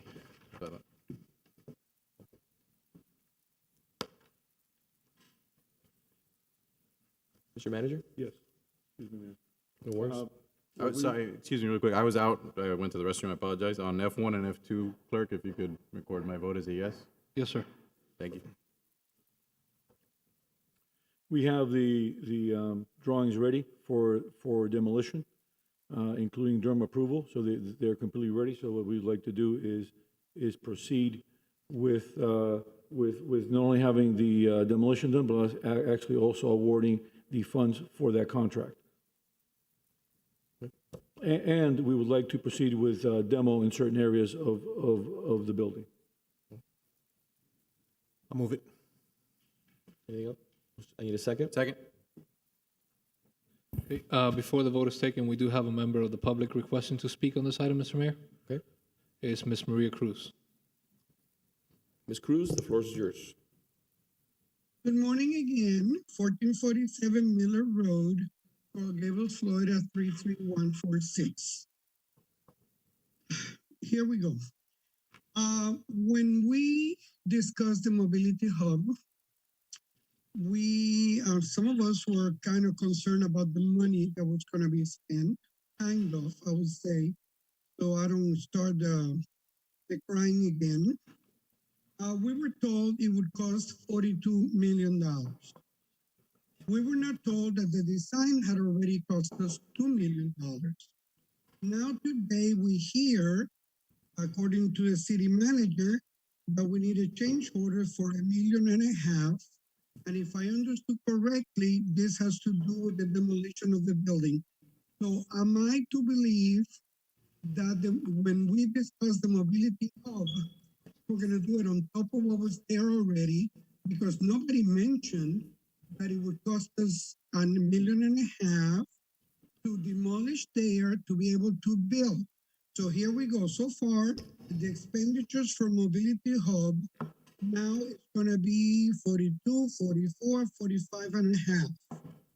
Now, all I'm doing is making sure we understand that the people like me that objected to the amount of money that was gonna be spent, besides the design, by the way, we need to know exactly how much it's gonna cost, because every commission meeting, every other commission meeting, there's gonna be something that we haven't told, something that we haven't thought about, and the money is gonna keep going up and up. I suggest, and I know that maybe it's not a good suggestion, but if I were to tell my daughters that I give them $100 to go buy something at Learning Express, I tell them this is what you have. When you go there, you spend what you have. You cannot say, wait a second, mommy, I forgot that I needed something else. No, you asked for 100, you got 100, you need to adjust to what you were given. And I understand the demolition, we didn't realize that we needed to do it. But from this point on, we need to know exactly how much it's gonna cost, how many, if any changes have to be made, guess what? Adjust the expenses, change something, modify something, do a little less, whatever it takes, so you don't go over the amount of money that we were told it was gonna cost. That's it, that's my comment. Thank you. Thank you, Ms. Cruz. Mr. Manager? All right, also Mr. Jackson Holmes. Okay, Mr. Holmes? I was afraid there was going to be an onslaught of criticism. Maybe I'm jumping the gun or something, but just in case there's more criticism to come, and I know people are speaking from the heart, I just point out from a fiscal point of view that as Mayor Lago pointed out a few minutes ago, the city's tax base is in play here. If we're getting, according to him, I hope he's right, 27% of our income from the downtown, and we don't provide enough parking, then we're going to lose a lot more than we lose if we discover that we need to spend a little bit more to get this done. It's like, do we take care of our car so we can get to work? Well, we better, because otherwise we can't get to work, all that kind of thing. You take care of your house because you can't afford to have flooding in a hurricane or something. These are our basic building blocks. Thank you. Thank you, sir. Mr. Manager, would you like to address Mrs. Cruz's comments? Mayor, in order to build a mobility hub, we have an existing building there that must be demolished, as you know. We have issues with the foundations, some conflicts, and we're getting all that resolved. And we have that resolved. And part of building a new building on an existing site with the building is certainly the demolition of that building. It is a building that is from a functionality point of view obsolete, and we are going with this 626 car garage in lieu of that. So I think that this is part of the construction process. Okay. So what you're saying is that the demolition costs were not in the construction numbers that were provided of $42 million. The construction, there was in the $42 million.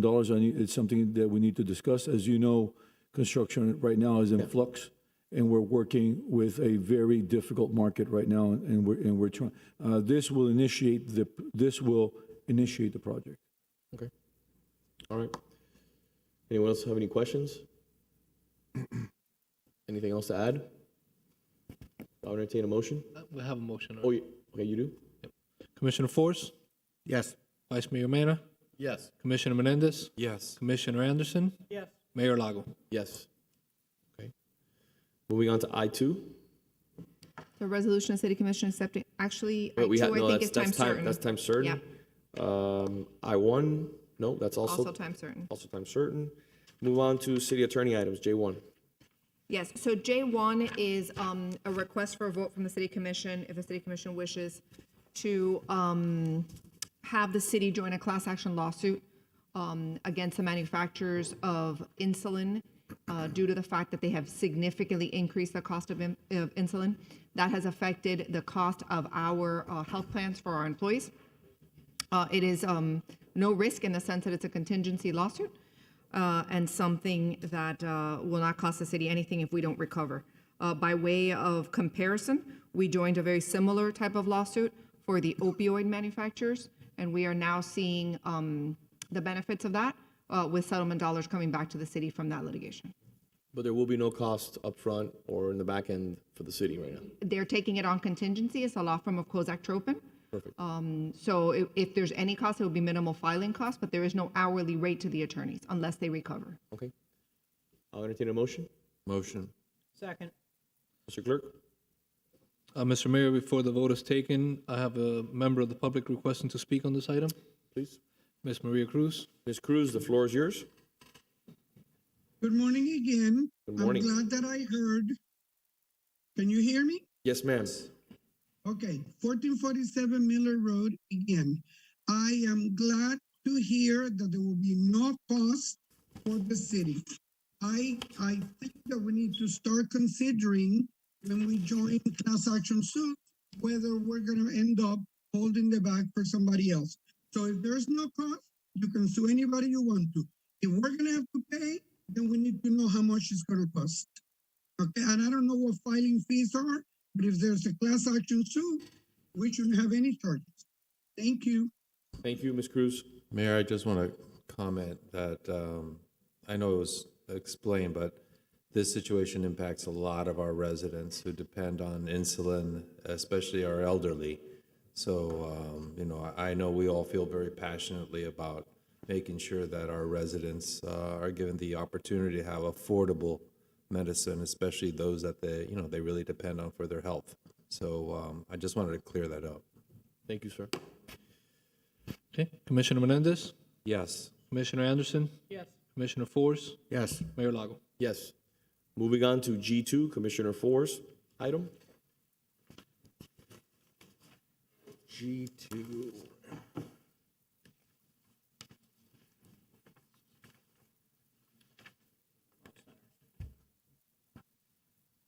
All right, thank you, Mayor. I'll only touch upon this briefly because I spoke to some of the representatives and they'll actually be coming to speak about it in more detail at the next commission meeting. Okay. But I just wanted to update the commission on a project that was brought to us by Demi Busada Cabrera, who happens to be a state representative that covers part of Coral Gables. However, this has really nothing to do with her official capacity. It's her capacity as the community relations for WOW, which is a nonprofit organization that lends support to adults between the age of 21 and 80 who experience developmental disabilities. March is Developmental Disabilities Month. They approached us, WOW did, and Ms. Busada Cabrera, to have a annual installation, public installation, which is artistic in nature, but really designed to highlight and raise awareness regarding developmental disabilities.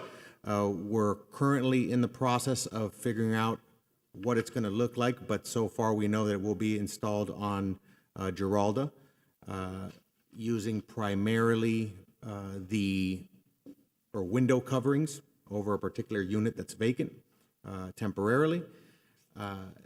The window coverings are only going to be up there for, I think, 2 weeks to raise awareness during this time period, as well as potentially some foam structures at the front. This is artwork designed by the adults who, no? No. Okay. So the installations, as you described, would include a decorative window wrap The wrap would be composed of tiled portraits, and the portraits would be of individuals who attend WOW, so adults with developmental disabilities. In addition, there would be a physical installation in front of the vacant storefront. We have received the permission of the property owner to wrap the windows. The physical installation would be composed of, a foam wrapped type of decorative piece, likely an arch, and would be used, would be something that people could take photos in front of, would raise awareness, and just generally be attractive and get the conversation going around adults with developmental disabilities. Perfect. And WOW is very excited about it. They'll be here at the next commission meeting, most likely. Hopefully the timing is right to promote it a little bit more. So I just wanted to keep the rest of the commission and the mayor apprised of what was going on with that project, 'cause I had discussed it before it was really, before it really materialized. And totally temporary in nature. We'd go through the special events permit process just so the necessary departments are aware, but we'd be partnering with them to cut down on, any time and headache on their part. Perfect. Great. I have nothing further. That's great. I think this is a good opportunity to shine a light on a great cause, so I'm looking forward to it. Item G3, Commissioner Force. G3, Mayor, I had been approached by some local breweries regarding pop-up installations in the city to expose our residents and our visitors to local beers. I came to Parks and Rec about it, who had some ideas of their own. One which that emerged from the department was potentially a pop-up on the last day of the farmers market. I really have, Parks and Recreation has done such a great job of really taking an idea and running with it that I myself am looking for an update here because I haven't been able to keep up with them in terms of who they've spoken to and what the plan's going to be. So, thank you, Commissioner. This is something we discussed and looked at a possible, avenue to have a beer event. And after discussion, we thought, because, nowadays there's so many artisan beers and it's become kind of something that would kind of work with the farmer's market. You have a lot of different local brewers.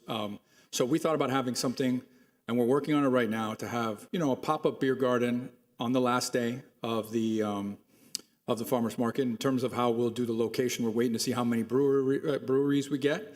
And we'll either tack it on at the end, or maybe we'll use Andalusia. So we're looking at that logistically. We're working with one of the brewers that you helped us as a contact. There's a couple of things that we're discussing, and there's a few logistical things that you have to work out in terms of the licensing and the distributors. So it's either going to be something where we'll have all the vendors there and they'll give out samples. So then they'll be able to advertise their beer, and then they could buy it at a different time. Or what we hope, if we can get the licensing right and everything, have the ability for them to purchase beer. We don't want to go late into the night. We're not interested in a big, a drinking event. What we're interested in is, looking at the craftsmanship and the artisan of the beers, and then do it during the day. We'll probably go till about 4 o'clock on Saturday. Usually we go till 2 on the farmer's market.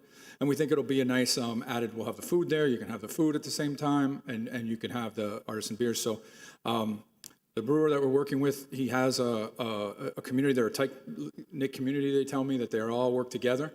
And hopefully we're looking at least, 8 brewers is our hope. And then we're going to try to get the beer garden style tables and stuff, and have it be nice and decorative. So that's what we're working on right now, and our hope is to get it on March 26th. Hopefully we'll have all the logistics done by the end of the month, so then we can start advertising. Commissioner, I love the idea, and something that we had talked about before was hopefully when the mobility hub is done. Remember, we had talked about potentially doing something on the rooftop, of activating the rooftop, and I had brought the city an entity which is called Reef Technologies. I know the manager was going to meet again with Reef Technologies, that they offer something similar to that, and potentially doing something like that on the top of the rooftop of the mobility hub, and just making it like a community event. And that, by the way, that's what Wings for Wishes is. It's great. It's great wings and great craft beer. That's what they serve. And it's a family event, so it's something for the community. We want it to be in that style. The style of Wings for Wishes, the farmer's market, kind of like, make it hopefully the artisans have nice decorative booths, and, everything looks great, and you can have the different types of beers. That's our vision, and that's what we're hoping to do. And if there's an opportunity for commission tasting, I'm sure at least a few of us like would. Burgerlicious, like Burgerlicious. Yeah, we might have You just to wanna have a make sure- contest. Burger and beer. You're there for Taste test. quality control, Yes. right? That's what Taste you're there test. for. I'll do a Just job. one Good job. request, and you have to have a gluten-free beer there. Got it. Gluten-free, we got Yeah, it. gluten-free. We'll put it there. We'll put it down. Thank Thank you you, very much, Commissioner. Fred. All right, thank you. Thank you for putting this on the agenda. So we'll get what do we, because farmer's market ends in March, so what's the It plan? ends March 26th, so if I need to come before the commission again in March for any alcohol licensing, you'll hear about it then, if we need it. Unless we're doing samples and we don't need the licensing. Thank you. Excellent. Item G4, All right, Commissioner item Force? G4.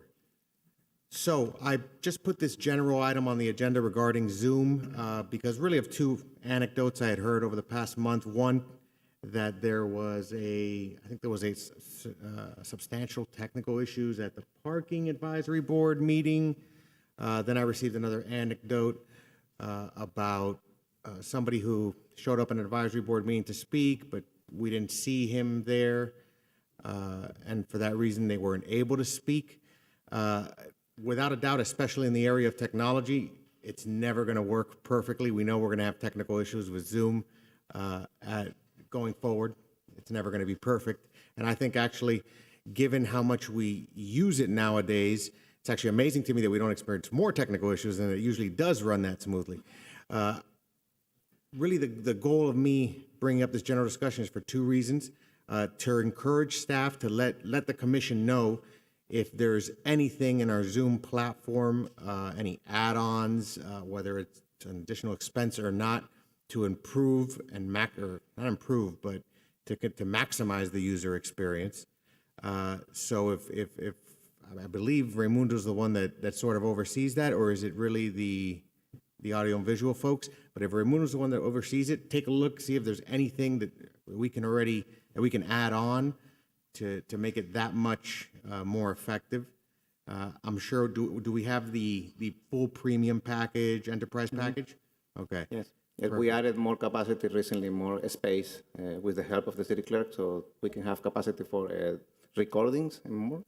So, we keep, Commissioner, it's not just that we've upgraded what we've had before, but now all of our boards are on Zoom, and all of our boards have a unique meeting ID going forward. So we've used the same meeting ID for all commission meetings since we began, and we're doing that now for all boards. So it's going to be the same meeting ID for that board forever going forward. So that's something, it's kind of like a vanity number that we purchase for each board. All right. So it's going to be the same number. So if you somehow don't get the link, you know that the same link that worked last time is going to work going forward as well. Perfect. I think that's very helpful too. It is, it's been like the biggest challenge for people is get the link, right? Yeah, and I think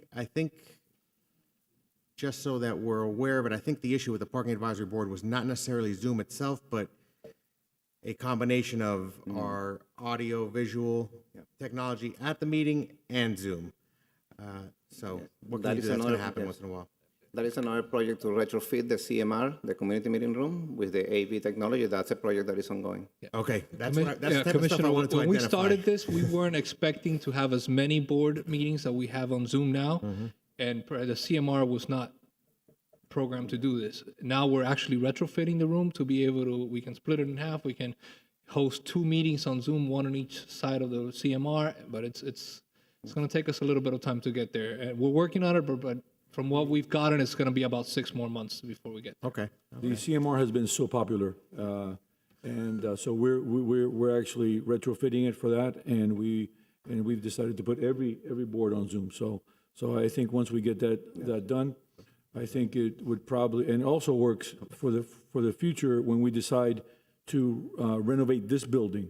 We may have to use the CMR for some commission meetings once we start renovating this building, and from a historical point of view, those things are not done quick. So we're moving forward to that, and I think it's going to work out very well. Yeah. All right. Thank you. One quick comment on that project, sir. We are building the same capacity that we have here, 2 simultaneous meetings, and we can have webcasting and all those things. Perfect. Just like meeting here. You have anything, Commissioner? I'm gonna interrupt the Force Show for 1 minute. We'll come back to the Force Show in a moment. And we're going to go to time certain. Agenda item I-1. I-1 is a resolution of the City Commission accepting the recommendation, authorizing staff to negotiate with TD Bank N.A. or the lender that offers the next lowest rate to provide a loan for the refinancing of the city's loans from the Sunshine State Governmental Financing Commission dated April 28th, 2016. Good morning. This is a resolution authorizing the city's financing team to prepare the necessary documents to refinance the city's existing 2016 A and B bonds that were used to fund the Miracle Mile and Giralda Streetscape projects for debt service savings. Historically, the city had issued all of its debt through the Sunshine State Governmental Financing Commission. However, the city has started to issue the bonds solely in the city's name as standalone credit, mainly because of our AAA ratings and just to reduce the amount of costs that are no longer necessary. Additionally, we have been looking to refinance, we'll be looking at all the refinancing opportunities out there, and in that process, moving away from the Sunshine State debt to our own credit. We just did this recently in 2021 with 5 different series of bonds. The refinancing of this 2016 and 16 A and B bonds is a little different in that we are refunding these bonds prior to the actual call date, which is called an advance refunding. And under current tax law, a tax-exempt advance refunding is no longer allowed. But we still want to take advantage of the historically low interest rates. Therefore, we want to move forward with this type of deal. It's known as a Cinderella refinancing deal, in that it allows us to refinance today at a taxable rate for the first 4 years until the call date comes, and then it'll convert itself to a tax-exempt rate for the remaining 11 years of the bonds. So this refinancing will provide savings to the city in an estimated amount of $150,000 over the life of the bonds without changing the maturities of any of the maturities of the end dates of the bonds. Our financial advisors, PFM, they solicited and obtained 7 banking institutions to refund these bonds. TD Bank came back with the most competitive and the best rates for the city. They've offered a taxable fixed rate of 2.59% for the first 4 years, and then a tax-exempt conversion fixed rate of 2.12 for the remaining 11 years of the bond. So based on these factors, city staff recommends moving forward with this transaction with TD Bank. The final bond resolution will need to be brought back to this commission on the March 8th agenda, and the closing is set for March 18th. The city's financial advisor and bond counsel are on the Zoom call if you have any technical questions that you need them to answer. The 2 things that obviously were most important to me was obviously the savings of $150,000. At least. And that the lifespan of the bond is not increased. Correct. Because as this commission has said before, we're trying to, and I'm going to ask for this at the next budget, I know we're a little bit away from that, but I'm expecting there to be more money in the coffers this year as a result of property values going up. And I want to see that money before it gets allocated to any line item on the agenda. And I want us to continue to cut costs like we've been doing over the last year and a half.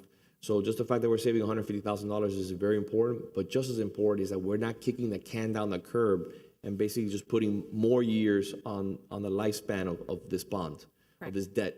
So I commend you for that, and I appreciate that. That to me, shows fiscal prudence, because we're not thinking about putting the burden on the next generation or the next individuals that are going to be sitting here.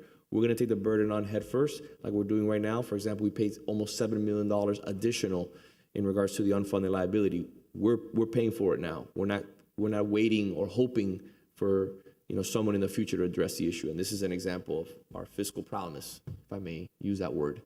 So I'll entertain a motion unless anybody has any other comments. Motion. Commissioner Menendez? Yes. Commissioner Anderson? Yes. Commissioner Forrest? Yes. Vice Mayor Mena? Yes. Mayor Lago? Yes. Great work. Back to the Force show. And I say that in all jokes and kidding around because Commissioner Force has a lot of great items on the commission today, and I'm happy to see that he has so many items. Yeah, they all ended up today. I should have spread them out over 2 meetings. I love it. So item G5. G5s have been deferred. Excuse me. Correct. G6.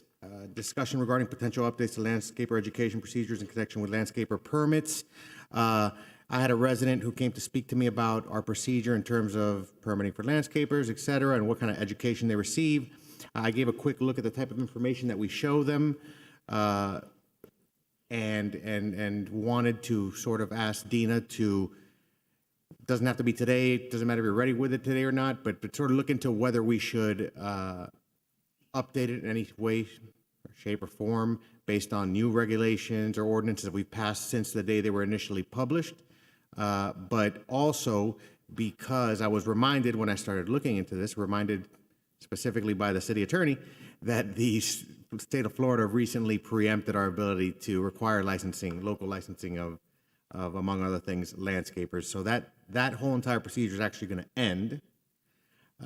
And I'd like to consider whether we are going to do anything to, notwithstanding the elimination of licensing, continue to potentially make some kind of effort to educate the professional landscapers who do business in Coral Gables of the things that we think it's important for them to know, obviously in more than one language, and perhaps just thinking out loud, have a brochure similar to the one you're handling there, that our neighborhood aides could hand to them when they no longer have to come and check in with us for licensing purposes and are just going to be, showing up within our city limits and probably be unaware of some of our ordinances and our rules and regulations. Ms. Bell, if I may ask something to the commissioner. When I wrote that legislation, I think it was a few years ago, the intent of that legislation was to be able to get in contact with the landscapers. It wasn't about making money off the landscapers in regards to some sort of fee for their licensing or putting them into a database. It was for us to have the ability to say, listen, we're changing gears. For example, we're having conversations about not allowing gas-powered blowers. Maybe we go into electric. You could notify them in one fell swoop via an email and say, or a letter and say, hey, this is the new legislation in the city. Or, for example, we're moving in the direction of not allowing people to park on the street. You got to park on your client's swale or on your client's property. Whatever the legislation may be. Not that we're considering that, but I'm just giving you ideas. I just found out, I didn't know that they were actually going to preempt that at the state. What is the reasoning behind the preemption of just something as simple as a legislation that only is used to notify someone?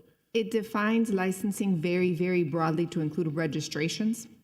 Now, it's not preempted just yet. We have till July of 2023 when it will sunset. Yeah. But the idea is that all licensing / a million other things that are defined as licensing is preempted to the state. But even for communities like ours that already has it in place for several years, we're going to be preempted? It sunsets it in a year and a half. And by the way, just because this is a conversation that I had with several members of the community, in this type of licensing or registration, we don't ask for your ethnicity, we don't ask for whether you're a citizen, we don't ask for any of that information.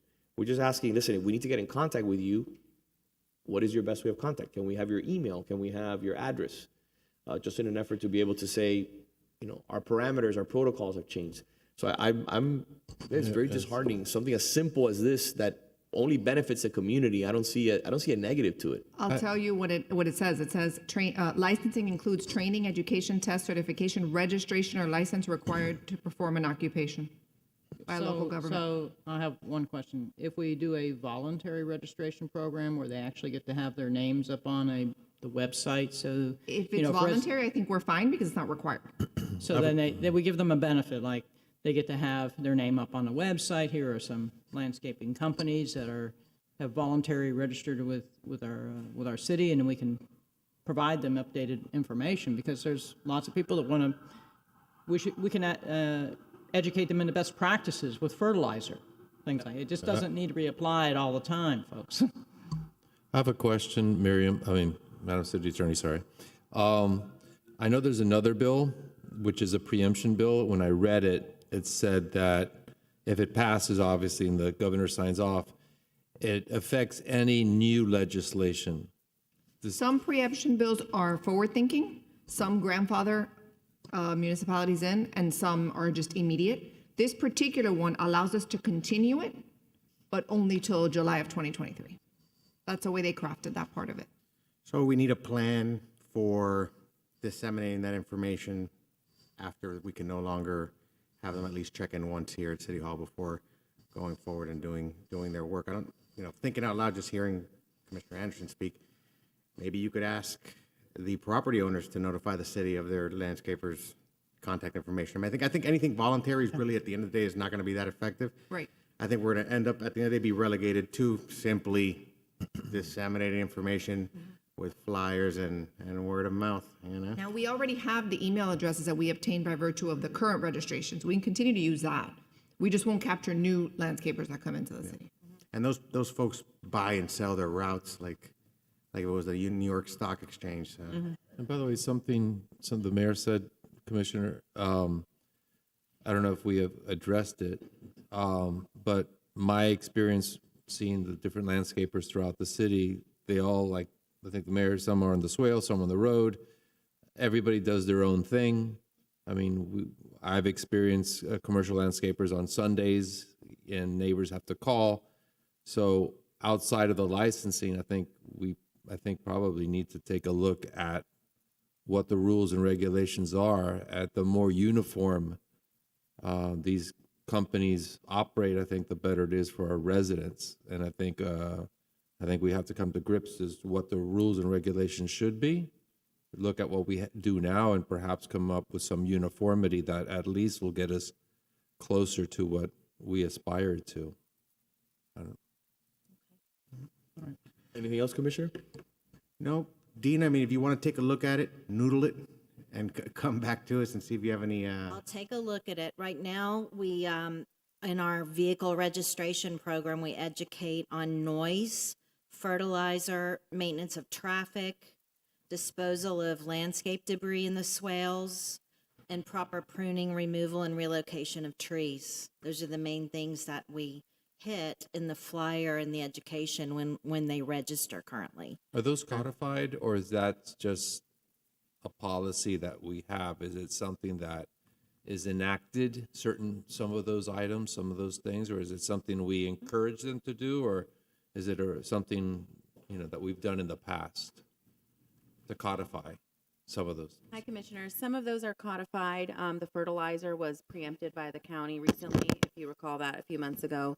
The maintenance of traffic comes from the Department of Transportation rules, I believe so, and the pruning comes from our code. So some are city regulations and ordinances, some are from other entities, including the county and other agencies. Thank you. Thank you. Okay, thank you. Thank you, Dina. Mayor, I just want to, on that topic, a few months ago, we talked about the electric leaf blowers and perhaps the city at some point transitioning over to electric. And I think we had encouraged the administration to come back at some point with an update on what's available. And at some point, now that we're into 2022, I think we'd appreciate hearing what's out there and what we found out we could do as a city. Can we do that by March, our March meeting? Yes, we can. Our department, we're already using some electric leaf blowers in-house. And, just generally, they're effective for small areas. They have a battery life of only about 2 hours. So if we transitioned, we'd look at, more labor-intensive type of cleanup efforts. Large parks and large areas where we get a lot of leaf drop, it's not very effective to use the electric ones. And I believe we've called other municipalities and interviewed them, our colleagues, and we're all in agreement. That's the findings. But we have 2 or 3 of them that we use in the downtown urban area where they're really effective in small areas. We're also obviously more conscientious about when we use them as a city than, a private landscaper, which I think is the much bigger issue. Mm-hmm. Right. In terms of the city going and using electric, supposedly we don't do it at 7 a.m. on Saturday morning outside of somebody's house, right? Yeah, and the other issue is the blowing into the street. A lot of the private, you see the condos, they just blow them into the street, into the drains. Blower etiquette, I call it. Perhaps that's something we can focus on too, to get these businesses educated on, at least before we lose the ability to have this open communication with them. Please don't blow it out into traffic, et cetera, and into our city drains. So. Thank you, Commissioner Yu.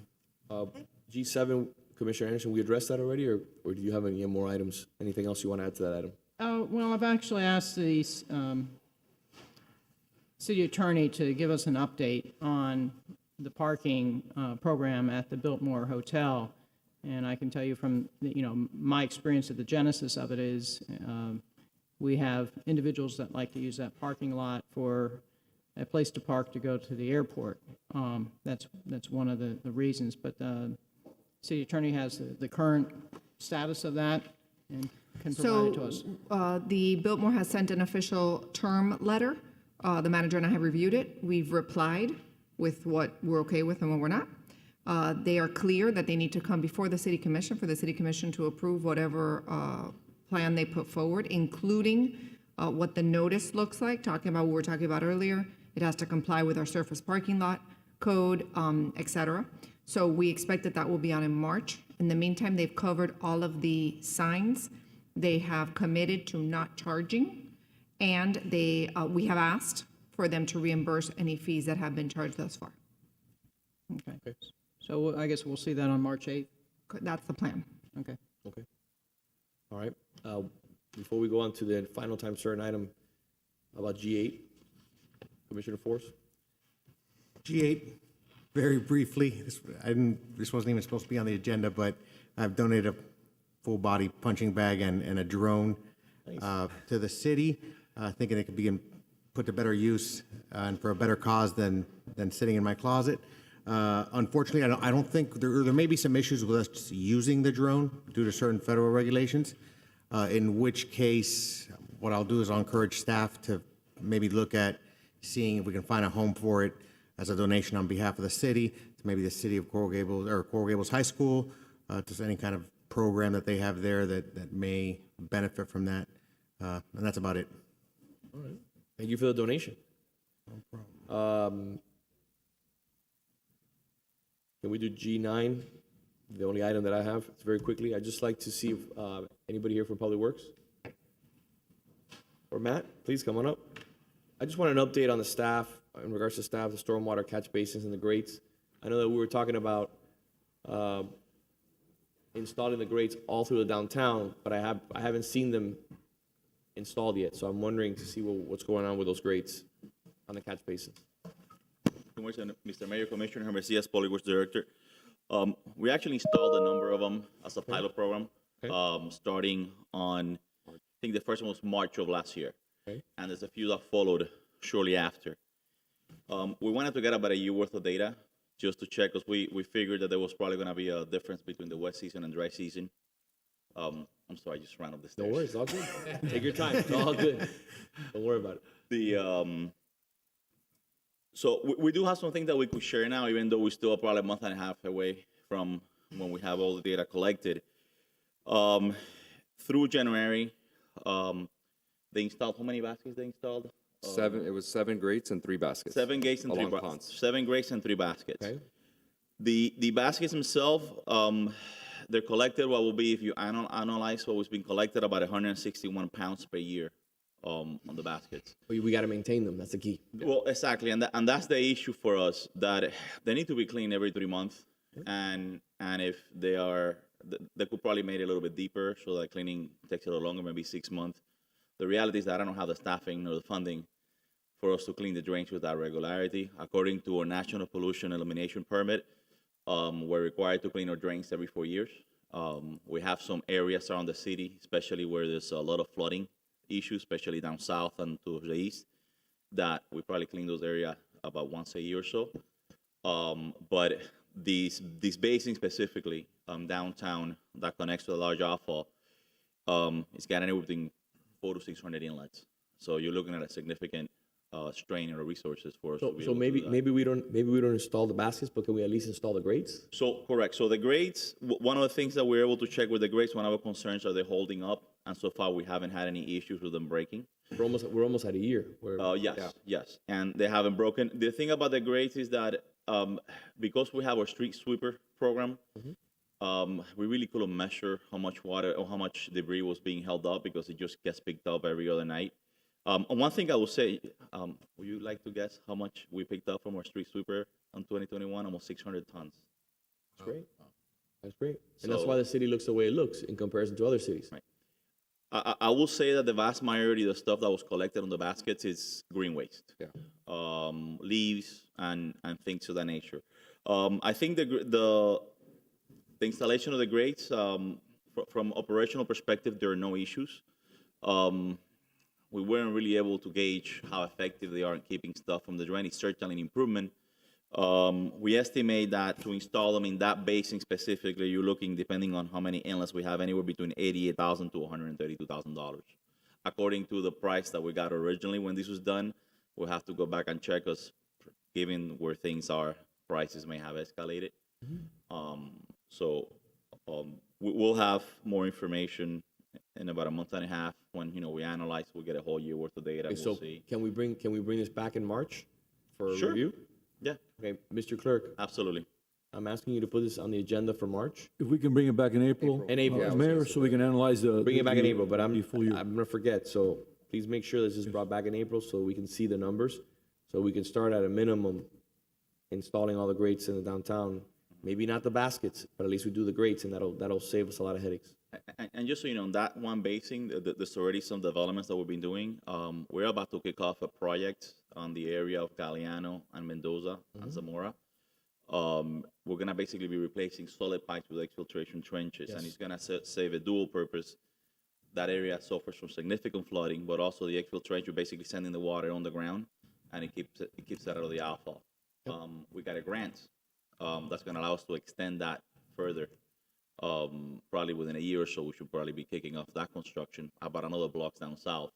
And there's a chance that we may get an additional grant that's still up in the air, but about water quality improvements in that basin. So perfect. Well, what we're doing is the solid pipes that provide our positive system. When we replace them with perforated pipes. Yep. So they become a French drain so that water travels through the pipes. So that, yes, and before it travels, it goes into the groundwater. Okay. the best filter we have. Yeah, it percolates into the ground. Okay. Moving on. Thank you, gentlemen. I appreciate it. I look forward to an update in April. G10, before we go to the final item, which is I2. This is a resolution to require at the 40% level the city parking lots as they're being renovated and designed to come to each one of the commission members. The impetus for this resolution was to try to optimize green space, drainage space, and charging stations throughout the parking lots. And the 40% level, I've asked to have the measurements included in there so that each of us can have a realistic opportunity to provide comments to staff on tweaking the design to make our city parking lots look more like Coral Gables outstanding parking lots as opposed to the standard fare that you see throughout Miami-Dade County. Okay. I have no issues with that. My colleagues Any want to add comment? anything? I think it's great.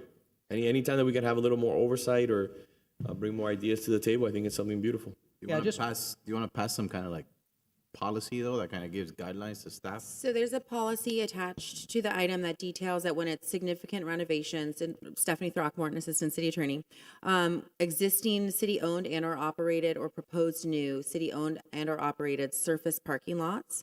And it's when the plans are at 40%, the engineering and landscaping plans will be provided to all of you for a period of time to review prior to having the opportunity to put it on a city commission agenda to give feedback to city staff.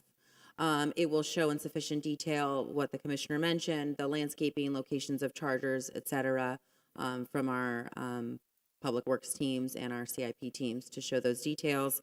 And it's not a substitute for any approvals that we would need from you all, for instance, to purchase properties, build other larger structures, et cetera. This is just an additional level of review. Sort of similar to the tree policy that was adopted a few years ago, where you get a chance to review these staff decisions at some point and bring them to commission agenda should you want to discuss further amongst yourselves. And it will be at the 40% phase of the drawing, so there's enough time to gather comments and implement them if necessary. Okay, no other comments? Anybody? I'll move it. I think it's great. A second. Commissioner Anderson? Yes. Commissioner Forrest? Yes. Vice Mayor Mena? Yes. Commissioner Menendez? Yes. Mayor Lago? Yes. Moving on to, thank you, Stephanie, I appreciate it. Thank you. Moving on to item I2, time certain, 11:15. I2 is a resolution of the City Commission accepting the recommendation to begin the Country Club employee hiring process and to waive the competitive process of procurement code for all purchases related to the Coral Gables Country Club, a special procurement bid waiver pursuant to 2-691 of the city's procurement code. And before we start, I'd like to say that we have worked with Parks since the very beginning. Parks was always an option to take over the country club. We had that Fred and his team have presented to us concerning the Coral Gables Country Club, and so we have used Parks very effectively in many other facilities, our Venetia pool, our youth center, and we felt that they were certainly an option to take over this facility. Had things not developed with the prior proposer, things could have fallen apart. Things did, and we were ready. Parks was ready to take this project over. So we have been prepared since, just to let you all know that this has been done since, this has been prepared since the very beginning, so that we would be able to take over this facility in case something did not work out with the potential proposers, which there was only one. So with that, I'd like to have Parks present. This is the conceptual plan of what we have for the country club. We have all the other options done. We would like to present the concept at this meeting and the final and the final with costs in March. Perfect. Before staff presents, I'd like to recognize Mayor Thompson, who's here with us today, and it's always a pleasure to have you here. Thank you. I know you're going to have some comments after in regards to what's being proposed, and we look forward to that. Thank you so much. Please. Well, thank you. As the manager presented, we did come before the commission at the last meeting and talked about the operations of the country club. We did get a directive to start looking at the planning process, and as the manager mentioned, in March we will present the numbers with the financials after they've been vetted. But we thought it was important to come early and show the conceptual plan and also get approval to get the ball rolling, which are those two resolutions that we'll talk about as we go. But before we start, we do have a presentation, and it starts off with a video that we put together that includes a lot of our historic footage, and we think it'll be a very educational and enjoyable video to watch as we set the tone for what we want to do with the country club. So Ken, if we can play the video, that would be great.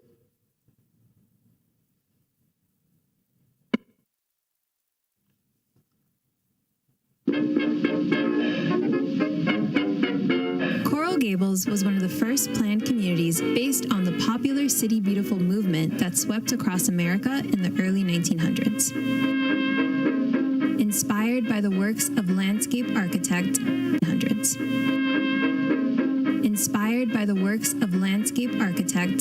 Frederick Law Olmsted, who designed New York Central Park, the City Beautiful movement encouraged the use of wide tree-lined avenues, monumental buildings, winding roadways, green space, ornate plazas, and fountains for communities to enjoy and gather.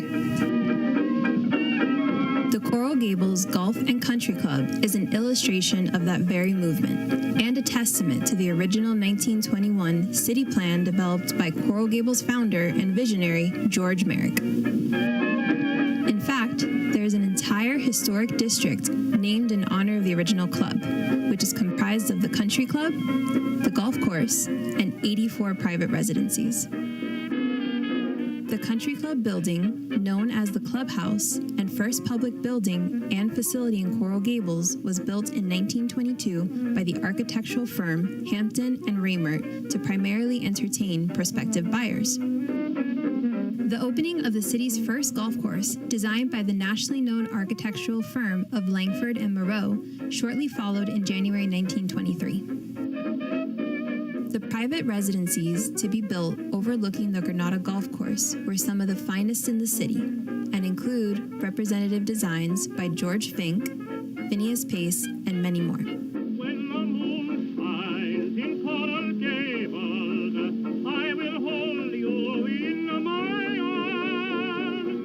These very same designs reflect the predominant Mediterranean Revival architectural character selected as the theme the city of Coral Gables is internationally known for today. While much of the original Country Club building was lost to a fire in 1983, the 6 original coral rock arches seen across the golf course lawn stand tall to remind us of the building's historical significance, stands as the cradle and epicenter of Coral Gables. In its heyday, Merrick himself entertained prospective buyers from its distinctive tower. And large crowds gathered and danced to music of renowned band leaders from a band shell located on the famous Palm Patio, now forever lost to history. As the Coral Gables Golf and Country Club embarks on its 100th anniversary, the city will have the opportunity to reclaim its very first public building and preserve that piece of its past by bringing it back to its former glory for the community and future generations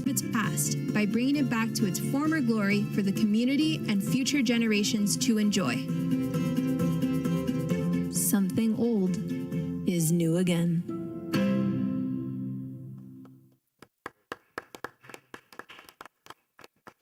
So the first thing we want to make sure that you understand is we want to reproduce that gigantic neon sign. No. I'll make a motion. So, that kind of sets a tone of, recognizing the history of the club and what it once was and kind of where we want to go with it. And we have a presentation that will show the conceptual plan now. If we could pull it up, and Carolina will start on the presentation. And before we start with the presentation, I just wanted to kind of reiterate, it's very exciting for us to look at the history of any of our national landmarks. And we want to make, we take this very responsibly. And we wanted to make sure before we look into the future, we really have to look at the past. What did this symbolize for the city? And that's why it was so important to show you guys a little bit of the history and tie it back in with why we're here today. And I mentioned there was a landscape architect, Frederick Olmsted, who designed the park in New York.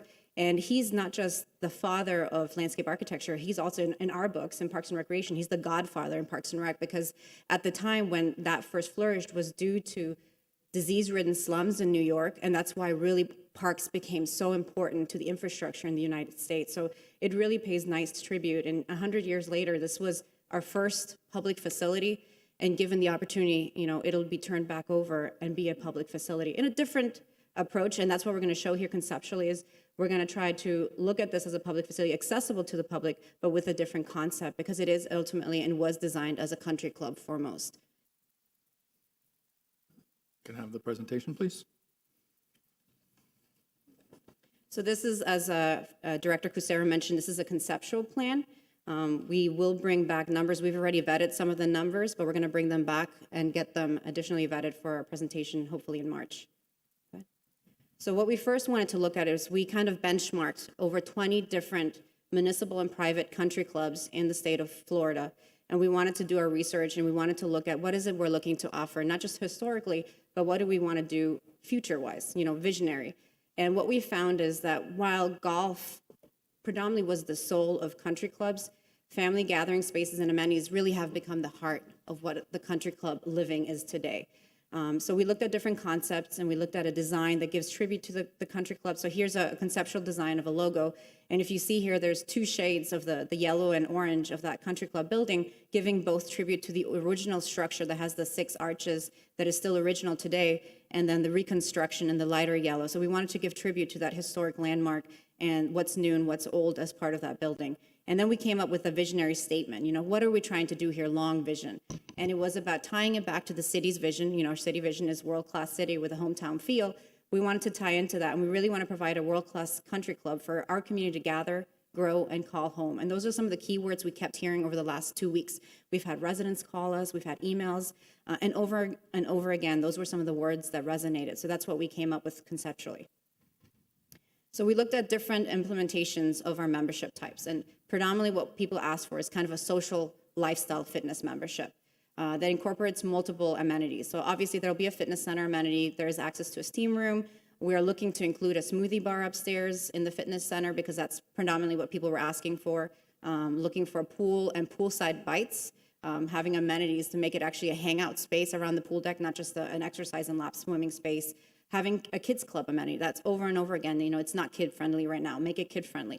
having access to the tennis courts, which right now is managed through a separate lease with Neighborhood Tennis, and having access to those courts as part of the membership. And then including some kind of a programming discount structure for both programming within the tennis center and additional programming that'll be social experience-wise. We're looking at making sure we have capacities for those memberships, because it's a limited size building. So you need to make sure there is a capacity to make sure that the services rendered are at the highest level. And the different brackets we have here, we have a family platinum membership, and we'll explain shortly what the platinum means. It's more of a social lifestyle membership at a higher level. We have the fitness, and then we have a single fitness, a single junior, and a senior, or also known silver 65+ membership, which is also what existing members right now wanted to make sure we keep discounts for those seniors and we keep discounts for our juniors to participate in this membership bracket. As phase two, and like we mentioned, there's currently another organization that manages the tennis court. So we figured, let's make sure we vet all those concerns first, and we look at a phase two implementation that includes the tennis courts. And something else that we heard over and over again is the need for pickleball. I mean, not just here, but everywhere. Pickleball, pickleball, pickleball. I mean, we've in emails and phone calls. So we're looking at potentially with a capital structure in the future to include additional 2 pickleball courts there on the same space. Now, those courts are limited. You only have 6. So you're going to have a reduced membership of probably 200 are just limited to tennis. And the same structure, you have a family, a single, a junior, and a silver. And the last phase 2 implementation, which is of course important because there is a golf course, and traditionally, historically, the name was the Coral Gables Golf and Country Club, is tying back in the golf membership. And there's certain apprehension because it's still a municipal course, and we don't want to lose that feel of a municipal course. We have a lot of users there that use it regularly, so we want to keep that structure. So we're going to limit that membership as well to only 200 memberships, and we'll make sure we'll phase in our existing memberships so there's a smooth transition. Now for this membership, just because the municipal rate's already so low, we did not include a silver or junior rate to make sure that it's limited to that 200 max, and we're including a family, a corporate, which is going to be something new, and which is probably something that happens when we were doing the benchmarking. We found a lot of organizations were including some kind of a corporate to include the business aspect of our city, and then also a single.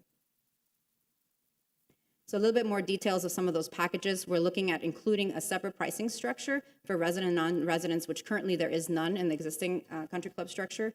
It's just a one flat fee, regardless of your residency status. So we want to make sure it becomes affordable to our residents first.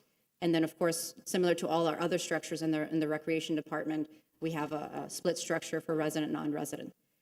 Could I ask you a quick question on that point? Maybe you're thinking about this already, but I'm just going to mention it.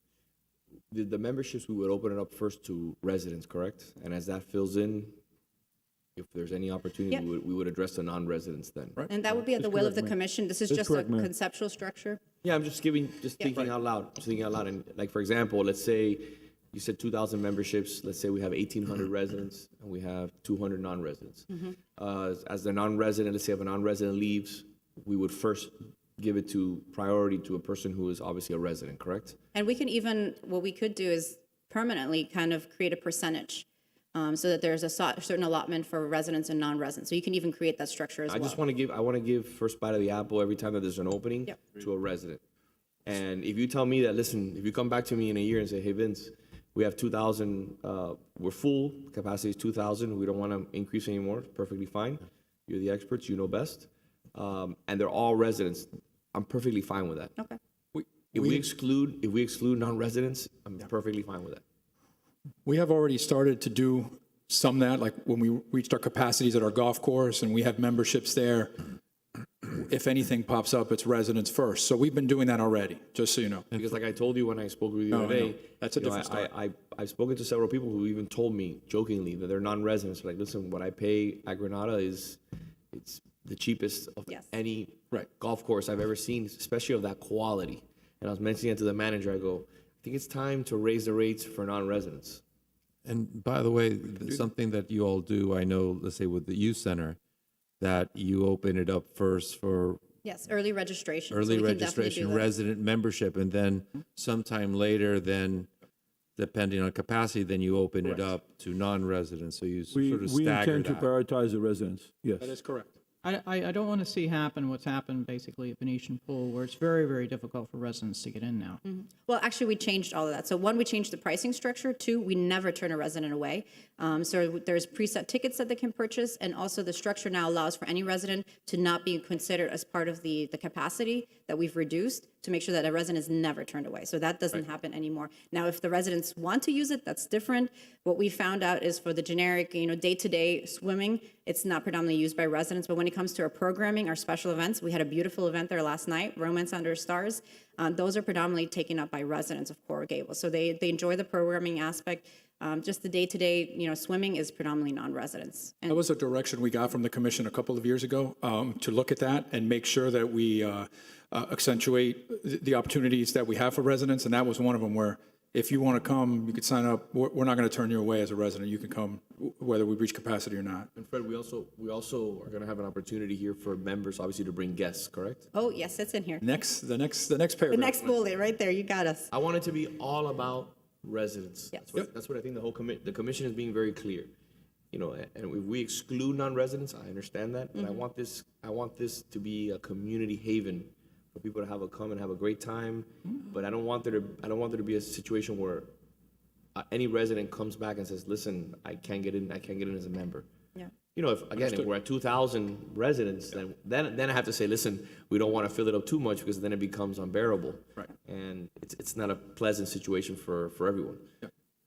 So, and again, going back to everything we've included in this presentation, it really came from existing users right now, from the existing country club structure, that came to us and told us what they want to keep, what they would like to see differently. It came from community members, what they wish they could see in this country club. So we really kind of gathered all those ideas, and that's what we put out here. So yes, the guest fee was a big one. People wanted to be able to be friendly and allow them to bring either family member or friend so they could enjoy and introduce the country club. And it's actually a good promotional motto also for sales. You want to bring somebody in, introduce them to the country club, get an experience, and then you join the country club. Also, as part of phase 2, we're going to, like we mentioned, we're going to include the Granada Golf Course, which is a 9-hole par 36 course, historic site as well. And as part of that membership, what we're trying to do as kind of an incentive, and that's what we found predominantly in the state of Florida, some of the incentives to golf memberships include a 7-day advance tee time, which is some of the complaints we get right now. It's really hard to get a tee time, just because everybody has access to it because it's so affordable. And then some more activities at the golf course. Maybe it's tournaments, maybe it's, men's and ladies golf tournaments hosted by the club, more community-based, not something national. It doesn't allow for that space, but community-based tournaments and clubs there. Additional things that we looked at, like we mentioned, we wanted to tie in the business community as well.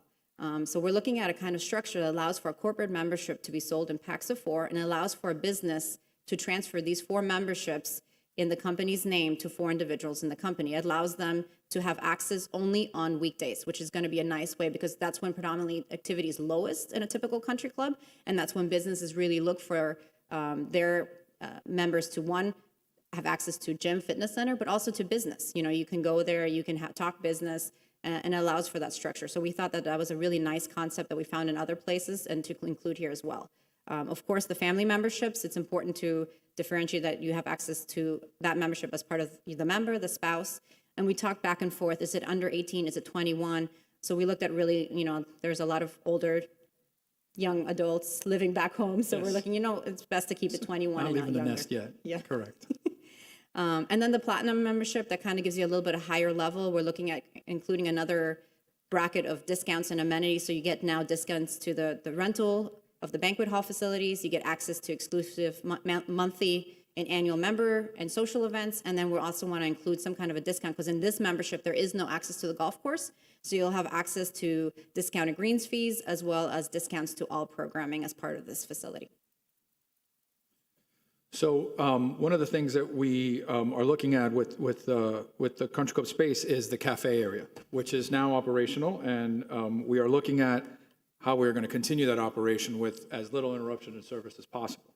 So there are 2 options that we're presenting as part of the concept that we can operate this under. I'm not a chef. I don't want to prepare food.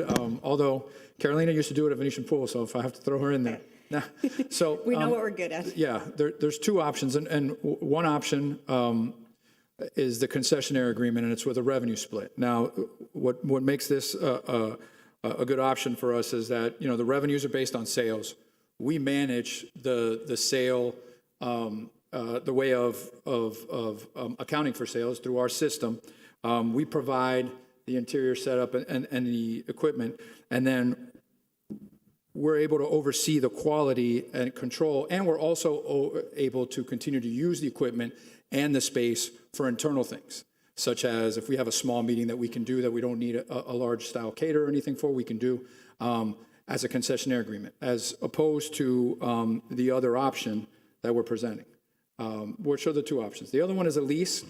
This is where we give them the space. It's a defined revenue for us. It's X amount of money per month that they pay, and the tenant has to do the build out, they have to do the maintenance, and then there are a couple of other issues that we've run into as we sort of look into this that would require some surveying, looking at a separate folio number, kind of making a split away from the rest of the building if it's going to be its own operational lease. It's a little bit less oversight. You're only a lease administrator. So those are the two options. We personally, from a recreation standpoint, we like option one because it allows us additional oversight. It allows us control of the product and control of the service. And we're able to work with a concessionaire that has experience, but we're also able to control more. We have had, I have had experience, and Carolina has as well, with concessionaires in our other areas, whether it's a youth center or Venetian Pool. And we think the concessionaire agreement is a lot more viable of an option than the lease issue, which we've done both, and the concessionaire agreement seems to work better from an operational standpoint. I want to comment just because I know residents are listening, and the key is to maintain a cafe that's a quality experience. It's not going to be hot dogs and popcorn. Absolutely not. And that's There's why a lot of misinformation circulating, and it's high quality food, the ones that they've become used to. And I, personally, between all of us, I guess the more flexibility you have, because tastes change, patterns change, flexibility. But I just want to assure the residents that you're going to present a quality product. Right. Well, that's one of the reasons why we're saying we're not interested in running it. We're not going to. We're going to get an experienced person that's able to do that. And we've heard the commentary. We've heard the commentary from people. Everyone I talk to, keep the gelato, things like that. So we understand, and that's what we're looking at presenting.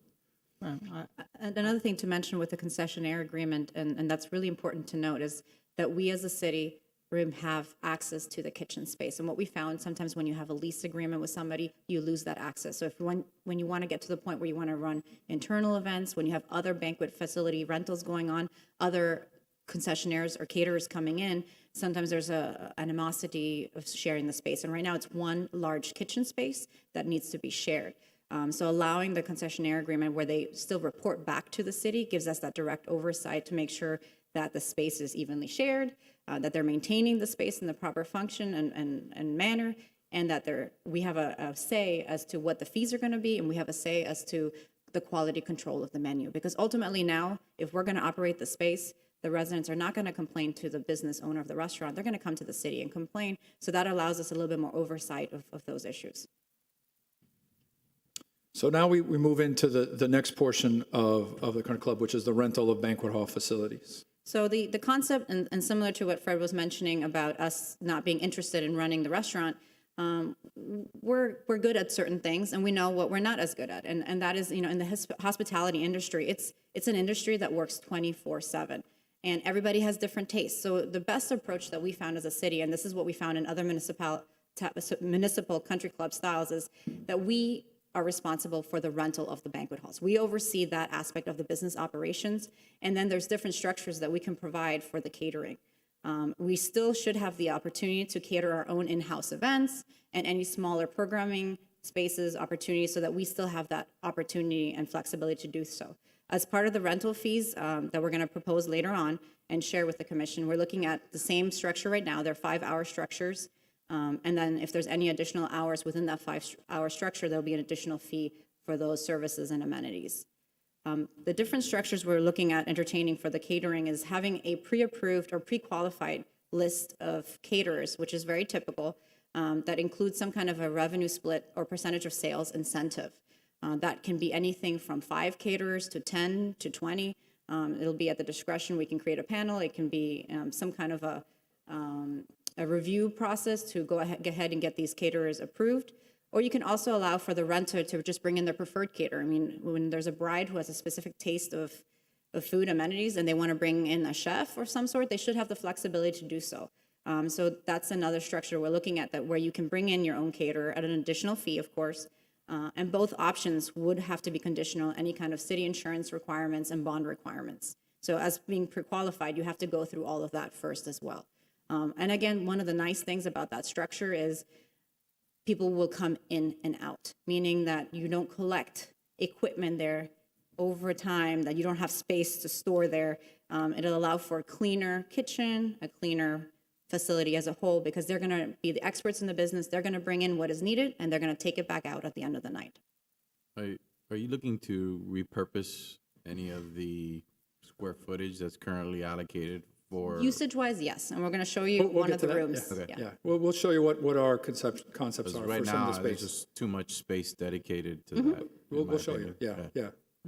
So the first of the banquet halls, I'm sorry, the hours. So those are the hours that are currently being offered already. For the rental hours, we're not looking to change anything. We want to continue to honor the 11 p.m. evening closeout on the weekdays and the Sundays. And then the Friday and Saturdays will run from 6 to 12 midnight for rentals maximum, with up to 1 a.m. to kind of break down and return the facility to its original condition.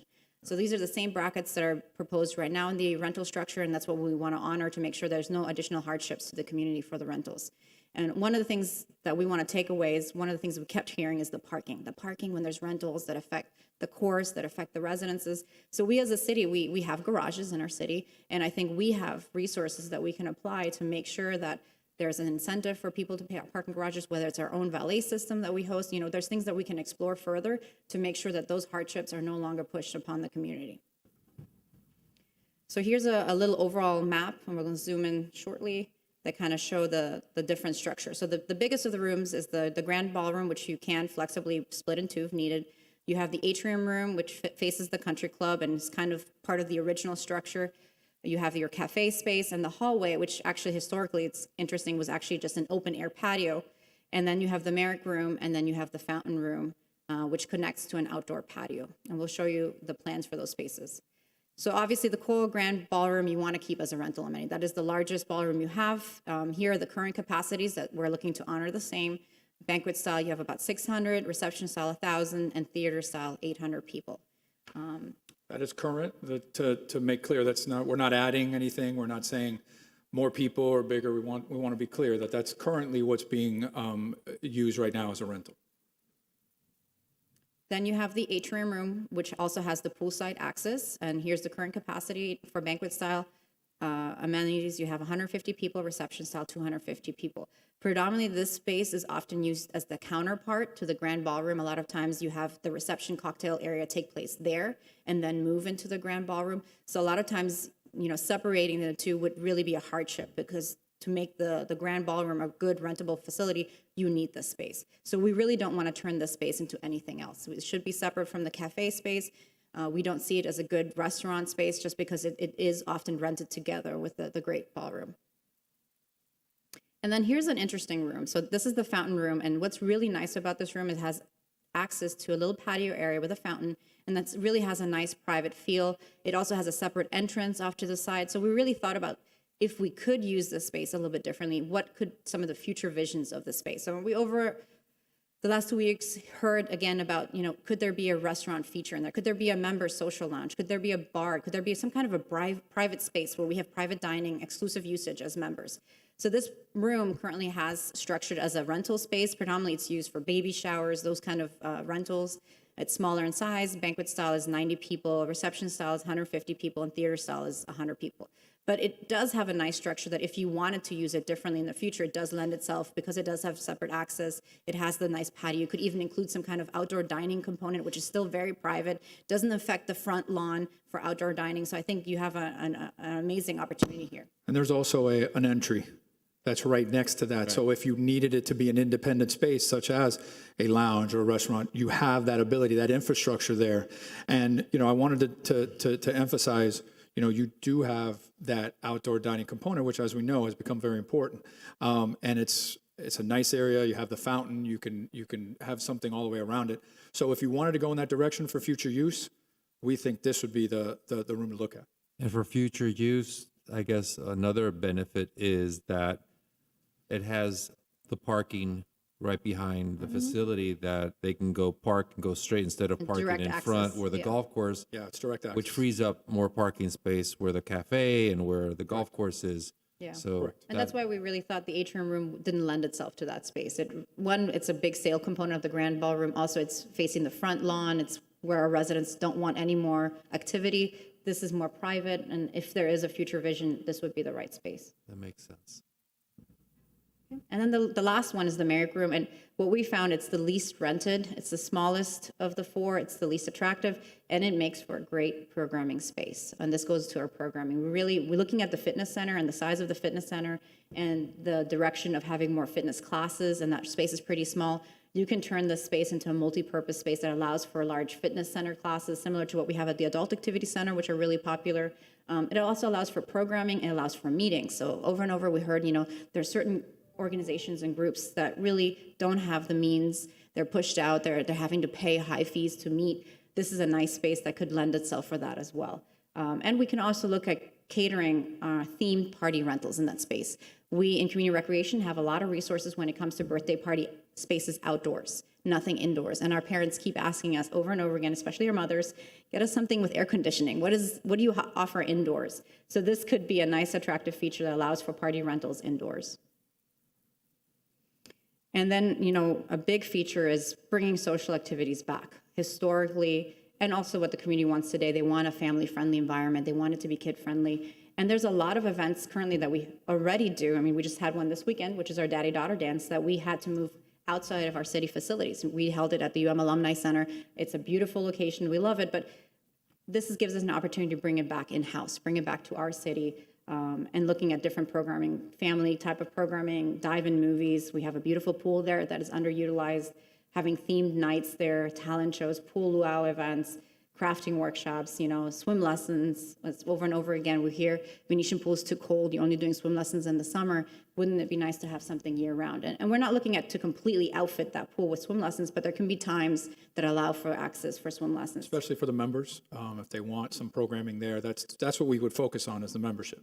By the way, I mentioned before Oak Aquatics They had used to, swimming yeah. there in the mornings for the toddlers. Very well received. People loved it. That was the first thing that got removed. Yep. And, you know, daddy-daughter dance, it's a jewel. I mean, people love it. Creates and the good thing is you already have programming in place. It's not like you have to reinvent the wheel. You have the programming. Now you have the facility. So, you know, that part of it at least should be a very smooth transition. Mm-hmm. So I imagine I was, in reference to aquatics, I had to take my kids to their other facility on 72nd. It would have been great just to go 2 minutes from my house. Yep. Exactly. Enjoy it in the city of Coral Gables. Right. Yeah, and that's what we're hearing over and over again. You know, why do we have to take things outside? You guys should offer them. That's what we want to do. We want to open up those opportunities. And I think we do have a golden opportunity to do so. And then also, a couple of making sure that we continue with the member special events, you know, having annual events, parent night out, having a kids club where you can actually work out and put your kids to be not just put into a room to color and draw, but actually have activities for your children. I think we can do that there. So obviously to run this, we need a staffing structure, and this is our organizational chart. And one of the things that we wanted to emphasize and make sure that the commission was aware of is we do plan on having a professional country club manager that will head up the country club. It's someone that we will go through an extensive interview process and start working with to get someone that's going to lead the charge there operationally. And they'll be the head of it. Obviously, with support from myself and Carolina and moving the operations and everything else, but we do plan to install staff in there. Another item from the organization chart that I want to make sure people understand is the building and grounds maintenance. We want to make sure that we staff it, the maintenance accordingly. One of the things that we heard and we wanted to make sure was that we're going to be able to take care of issues when things pop up at the country club in a timely manner, quickly. So if we have the staff and we're already there, we're able to do repairs and do things much quicker, and that's our hope. This staffing structure leads us, there's going to be 3 phases as we talked about, 2 phases as we talked about. Eventually, when it's all said and done, it'll be 10 full-time employees and 36 part-time. As we move through the phases and we see what the needs are, that could diminish, that could be less, depending on what we see and what we find to be the areas that need the most attention. Obviously, this is just a plan, but one of the resolutions that are here before you today is for us to at least get started with the process. It takes a couple of months to get people through, so we'd like to start the process today before we even come back to you in March when we originally were going to come back to you. That's why we came to you early, so we can start the process, work with HR to at least start the interview process, and we'll come back to you obviously with the budget amendment in order to hire these people and have the financing for it. But it's very important to get that started. And I think we've covered all the things that we talked about, whether it's a banquet hall, whether it's the fitness and pool. One of the things that you look at, we have a pool now. When we run it, there's a different standard. We have to have lifeguards there. We have to have safety. We have to have security. So there's a little more that goes into it than just throwing the pool out there and having people walk around it. We have to factor in a lot of these other things that puts us at a higher standard, whether it's for safety or whether it's for service. So that is listed in here, and I think we've taken a long time to look at it, and we've been over it, and we'll continue to tweak it. But this is our concept to begin with, and we want to start that process. So, in addition to operations and staffing, one of the things that we have to look at is the capital improvement needs, and there is quite a list of them, and they're listed before you. There's some structural building repairs, there's HVAC system, we have to look at the pool and the renovation, there's some other restoration, there's the kitchen. It goes on and on as you see in the list. One of the things that we've worked with our CIP team. They've given us some estimates, and we'll bring those back after we've vetted them to look at all the different things that need to be done there. I don't know if you want to share any more on the capital. No, just, the structure that we're looking at is similar to one of the nice things that we already have in Parks and Recreation. We have a 5-year matrix, and that helps us not just initially, but helps us long-term, because it is a 100-year-old historic landmark. It's not just going to have initial capital investment. It's going to have ongoing capital investment that has to be at a high level. So we really want to make sure we build it correctly, and the success on our team really depends on what the commission and management is going to give us to make this successful. And part of that is that capital infrastructure. Excuse me, sorry, Commissioner. We feel strongly, and I kind of went through this already once with the Granada Golf Course when we started the construction process, and we talked about it, and I talked about it with the manager at the time, and said, if you give us the resources, we can give you what you're looking for, but the resources have to be there. And to the credit of our manager, we got those resources. We got a great superintendent, we got the equipment, we got the capital improvements, and all of a sudden now the golf course, which wasn't always a money earner, now is in the black. And that's because of all these improvements and the resources. So we're capable of doing things. We have to make sure we get the resources. If we don't get those improvements, if the air conditioner doesn't work, it's hard to get rentals, that kind of thing. Yes, sorry. I'm of the opinion, get everything done, instead of waiting 2 years down the road for one part, get it all done. That way the community can really enjoy it. And we've mentioned it here before. Could you just go into a little bit the possibility or the probability of, I think that's the direction we're heading, putting the country club under the umbrella of community recreation. So when we decide collectively as a city to go with a referendum for the master plan, these needed improvements can be funded, if not completely, partially, by way of that referendum that would go to the voters of Coral Gables. Yes, we can look at that. We are going to have a sunshine meeting coming up, and that is one of the items that we can discuss. And I know we'll be discussing quite a few things there, the entire plan and what the different components are and what can be included and what can be taken out. And we'll have all those discussions. And absolutely, the country club can be part of it as to whether it's going to be an addition or omission or whatever it is that we need to do. One easy thing that we can do right away, because if it's going to fall under the community recreation umbrella, to the master plan, as a plan, a conceptual plan, you can add an addendum that includes this facility, because already in the master plan, we identified certain deficient needs, the junior-sized Olympic swimming pool, certain things that we don't offer right now that immediately as part of this acquisition are resolved right away. Because it's, as we all know, and like Mayor said, we get emails and calls and texts, and even at the farmer's market or actually on at the Gloria Estefan show, residents approached me regarding the country club. And there's so much community.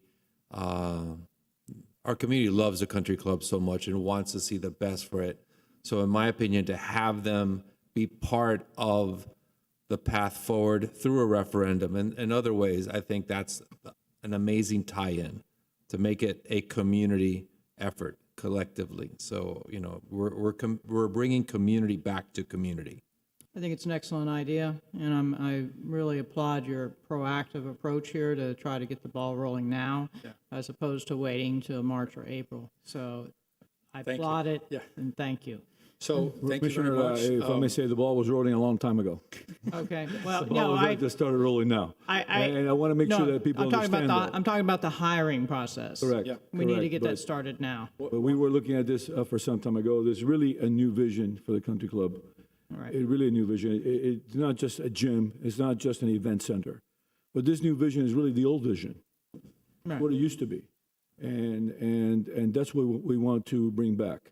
And so we're looking at maybe proposing a 5-year plan because we have to finance all this. And also this is now part of Parks and Recreation. It's part of that department, and certainly from the bond issue, I think that we can certainly, it's part of that. It's another facility that's going to bring certain facilities that we need on board immediately. So this is the vision for our new Coral Gables Country Club. Wouldn't it be nice if we had somebody that was going to invest $5 to $6 million in the capital improvements? Yep. I just want to say on the record that I'm not quite where I need to be on this yet.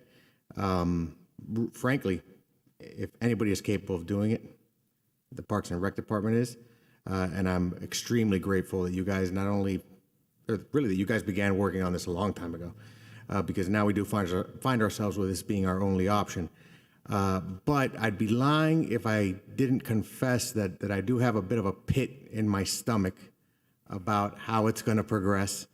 My worry is that it's going to be one of two things. Either it's going to be a combination of the Venetian pool and the youth center, even though we already have a Venetian pool and we already have a youth center, or that it's going to be something similar to what was being proposed by prior bidders, except without the benefit of the $5 to $6 million in capital improvements, and with certain limitations that we'll have inherently as a city. The money's only one of them. So the Parks and Rec Department, by all means, has my full 100% support. But I just have to disclose that I do have a pit in my stomach about how this will proceed in comparison to what it may have become. And I think a lot of people would have been surprised that they would have liked it a lot, and that possibly the product we put out there is going to be not that different from what was initially being proposed. Putting it on the park referendum, I think, is obviously a very viable plan. My only hesitation on that is, and I'm sure there's precedent for it, I'm sure it gets done all the time, but if you're looking at a facility that really at the end of the day, there's going to be 2,000 memberships. So is there any conflict between putting that on a referendum? Because I think there's still amenities that are going to be open even without Still memberships, going to have right? event space, you're Okay. still going to have rental space, you're still going to have programming that's open to the community at large. Cafes open. Cafes Yeah. open, yes, so. And have we thought about, I know this is conceptual, the volume of event rental So that what we're we going to did, seek out and to do? what we want to bring back to you in March, we've done pretty deep analysis of operating costs as well as revenue projections. We're not ready to present those as well, but also as a visionary statement, this would be set up as an enterprise fund, which means that eventually it's going to reap a profit. Based on our early estimates, we're looking at that, and that's something you have to think about. I think any restaurant business that comes in or hospitality business, they realize the first year you're not going to make money. That's just part of the investment that you have to put in. We're looking at within 5 years, you should be fully back in the black from your operational costs, so full recovery on the operational costs, as well as predominant recovery on the capital cost. But it's going to take 5 years, and that's going to be a complete disclosure. But I think once you're at the 5 years mark, you can run it as an enterprise fund, and we're going to try to make sure we maintain that balance where we look at a business module, but look at a community and resident space as well. I have some of the same concerns as Commissioner Forrest, just from the perspective of what's the vision of what this is supposed to be. Because I do think if it's just additional, like the Youth Center 2.0 kind of thing, I'm not sure that's what this is supposed to be. At least in my view, if it's supposed to be a country club, then it has a different dynamic to it, and it does need more programming for sure. And I think you can have some of your traditional sort of parks and recreational programming, but how you manage it is going to be key. And that was why I asked about, repurposing some of the space, which, yes, I like some of the ideas that you have there. But even on the bigger spaces, like, for example, is it more profitable because if you're using outside, if I heard you correctly, you're using outside like catering. So is it much more profitable for us if there's an 800-person event in that big ballroom versus if there was, say, a 400-person event, or is it basically? Yes and no. So our fees are based on the rental space. A marginal increase, though, But right? then there's also an incentive that you do with caterers based on the per capita of the event, that there is a percentage that of the revenues or the split that goes back to the city. So you can work that as a structure with the caterer. And those caterers that are not pre-qualified, that are coming in, they still have to pay a fee as well. And that fee may not be per person, it may be a set fee. So we have flexibility to work around the fee structure. We have a proposed fee structure that we can present to you, but we have flexibility to work around that. Yeah, I think I'd just like to see some analysis on not only that, right, what it means for us marginally to have these very big special events versus, medium-sized special events, I guess. What it means for us marginally, also what it does to your sort of supply and demand, right? It's like, well, yeah, marginally we only make more, but we're going to have less events because people are looking for that type of space for 800 to 1,000 people. And I say that for multiple reasons. One, because obviously the bigger events taxes the neighborhood more, right, in terms of the parking and the overflow and all those things. If you have 800 people, there's no way around that. And two, because you're committing a lot of that square footage to that enormous ballroom that is 5 days a week really not being used for that special event on Friday and Saturday night, typically. You might have some others, but, you might have a weekday thing here and there. I would say that, I've attended several events at that location, and in its heyday, it had quite a few. I mean, that space was being rented, not just privately for weddings, but the German consulate, the Italian consulate, they used to have But their for national 800 to parties. 1,000 people to be? Yes, oh, yeah. Wow. Now, I'm sure there were certain fees that were amended for those kind of events, and that's something we can talk about structurally too, when it's a non-for-profit event, not just a private one. Do we want to do, traditionally we do a 50% discount for non-for-profit, so that's something we can talk about more too. I think that's great, or whatever. I'm just trying to talk about utilization of the space and Just having it be financially more as a, active and having more features for residents on a day-to-day, as opposed to it being as hyper-focused on special events as it has been, because I'm in line with what the mayor said about it being something for residents to come together all the time, not just for the weddings, not just for those things, but all the time. Well, Our I think that- intent is to, well, sorry. let me just say something, Vice Mayor. Number one is we don't want this to be Youth Center 2.0. This is a country club, not Youth Center 2.0. Right. To be very clear about that. Two is there's a lot of events going on right now, probably too many, but that is a good profit center. So we have to look at that initially as that. But we want to reduce some of those events, but it's still a good profit center. So we have to provide that balance, which is what we're looking at right now. And we'll be back in March. And So we have there's to be, and look, and that's why I talked about what the vision is. Because yes, we have to be fiscally responsible about how we manage this. But my number one goal is not for it to be a profit center. Right. Right? So it's for it to be a community country club that people use, that I as a resident have reason to go to on a Wednesday after work, because it's somewhere people want to be. Sure.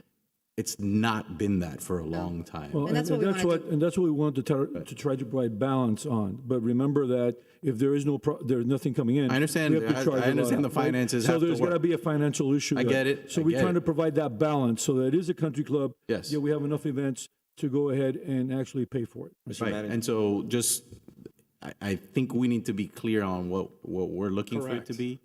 I think we've been clear on certain things, and I think we've made certain promises to the residents, which is that certain things are not going to change.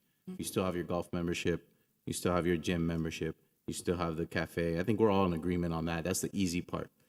Now you have to manage and execute. That's the hard part. But from a vision perspective, that's the easy part. Yeah. The event space part is tricky. It is profitable. I get it, but we need to figure out the best utilization of all that square footage. And I need to understand more about the finances historically.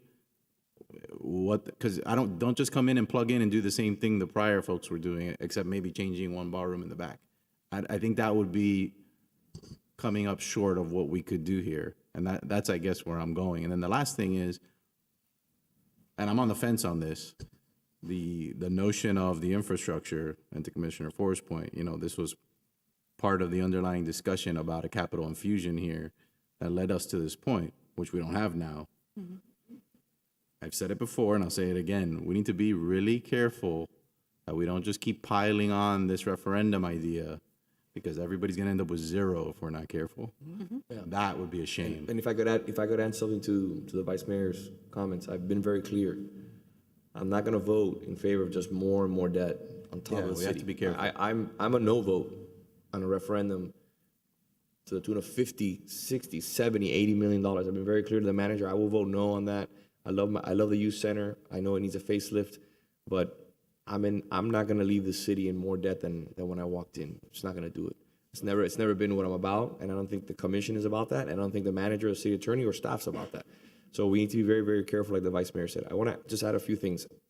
I like everything that I hear. I want to see more of a country club feel. I want to get away from what we had previously, which was just a profit center. It was a machine pumping out events. We obviously need to still have events, but like you said, let's activate some of the smaller components, smaller ballrooms, into something that you can come up with, that you can dream about, that you can enjoy, that where families can come together and they can have a good time there. My only concern is what's coming April 30th.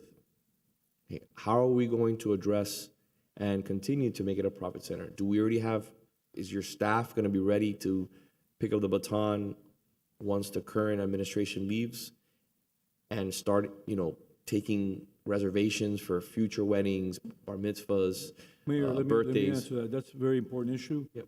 And I don't think we can discuss it now. Okay, no, I'm just saying, we're working on that, right? Yes, we are. Yes, we are. But there's a number of components to that we need to discuss. As far as the as a referendum, I don't think we have to increase the referendum. What that referendum gives us is time, and what we need is time to fund this. So I do think that we go with the same referendum number that we have. We have facilities that we can incorporate. And the fact that the referendum is going to give us that time, I think is what we need to really encompass this. So what I'm talking about is this is not part of parks, and recreation is part of the referendum, but we're not going to increase the referendum number. And the referendum discussion is one that I'll have another day with our finance team to get a real understanding of the debt service and those kind of numbers. So that's a conversation for another day. What I want to make sure is when April 30th comes, is Liberty Cafe going to close? Are we not going to be able to host events in May there because we may not have the staff? I would like to discuss that. Okay. We need to discuss that. So those are things that we need to discuss. I like the game plan moving forward. I think you've heard from the commission of what our vision is. Yes, it has to be a profit center, but I'm not looking to make this our savior in regards to the finances. So you shouldn't worry about that. It should be more about producing a product that is complementary to the vision of the city beautiful. There really should be everyday food and beverage options that are not just the cafe, that are not just a place that you can go get a coffee and a sandwich. That's fine. We should have that component where it is now, and that's fine. Okay, move forward with that. But somewhere else, and I don't know if it's in that back, I forget what you called it, the back room with the outdoor, whatever it is. When you go to a country club, you typically go with a member. The member can bring a guest. Whatever food and beverage is consumed is charged to the member. Right. So that guest now is generating revenue for you, even though they can't be a member. It could be somebody from out of town or wherever. We need to generate that component of this That's thing. factored in. The only thing we didn't factor in is the food and beverage minimum. So traditional country clubs have a food and beverage minimum that you have to spend, especially to keep the restaurant space afloat. It's sometimes a deterrent. If you have the means and the amenities to do that, that's great. A lot of people don't have the means and amenities to do that. So we want to have it as incentive, but not a requirement. But I don't want, like, for example, you have a resident who's bringing a guest who's not a resident, maybe even a family member who's not a resident. I don't think that person has to pay a guest fee. I mean, if they're going to use the gym or something, fine, I understand that. But no, not for the public amenities. No, right. No. But you also want to monetize the visit, and there has to be a reason for the visit. And I don't see what the reason is for the visit right now, unless there is that added food and beverage option, other than golf, tennis, and the gym. So that's a component, I think, and that's why, again, not to belabor the point on how you utilize the different spaces, I think that's a component that's missing that you need. It's a food and beverage, what we've heard is not. Mayor, we've had that same discussion internally, exactly the same discussion internally. The issue that we have is that we're not getting that $5 million injection right now, right? So we're working towards that. But we've had this discussion because I've been to the old country club as for lunch when it was a country club, and we need to kind of restore that.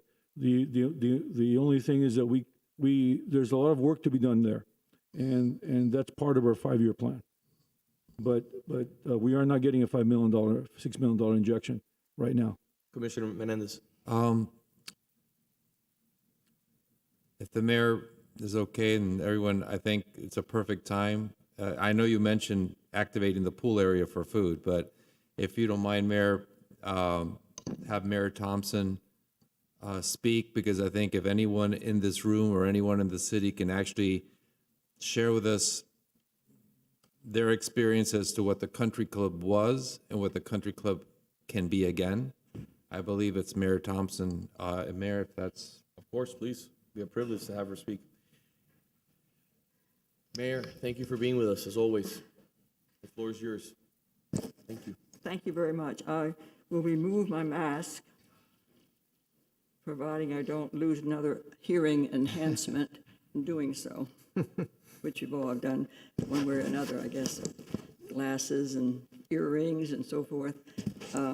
Anyway, it's been a very exciting and very instructional type of presentation, but I'm not surprised, because that's what Coral Gables is noted for, doing things very thoroughly and all. And it's very nostalgic watching some of the photos in the presentation at the outset. Of course, I don't remember that far back, but I must say that, well, you know,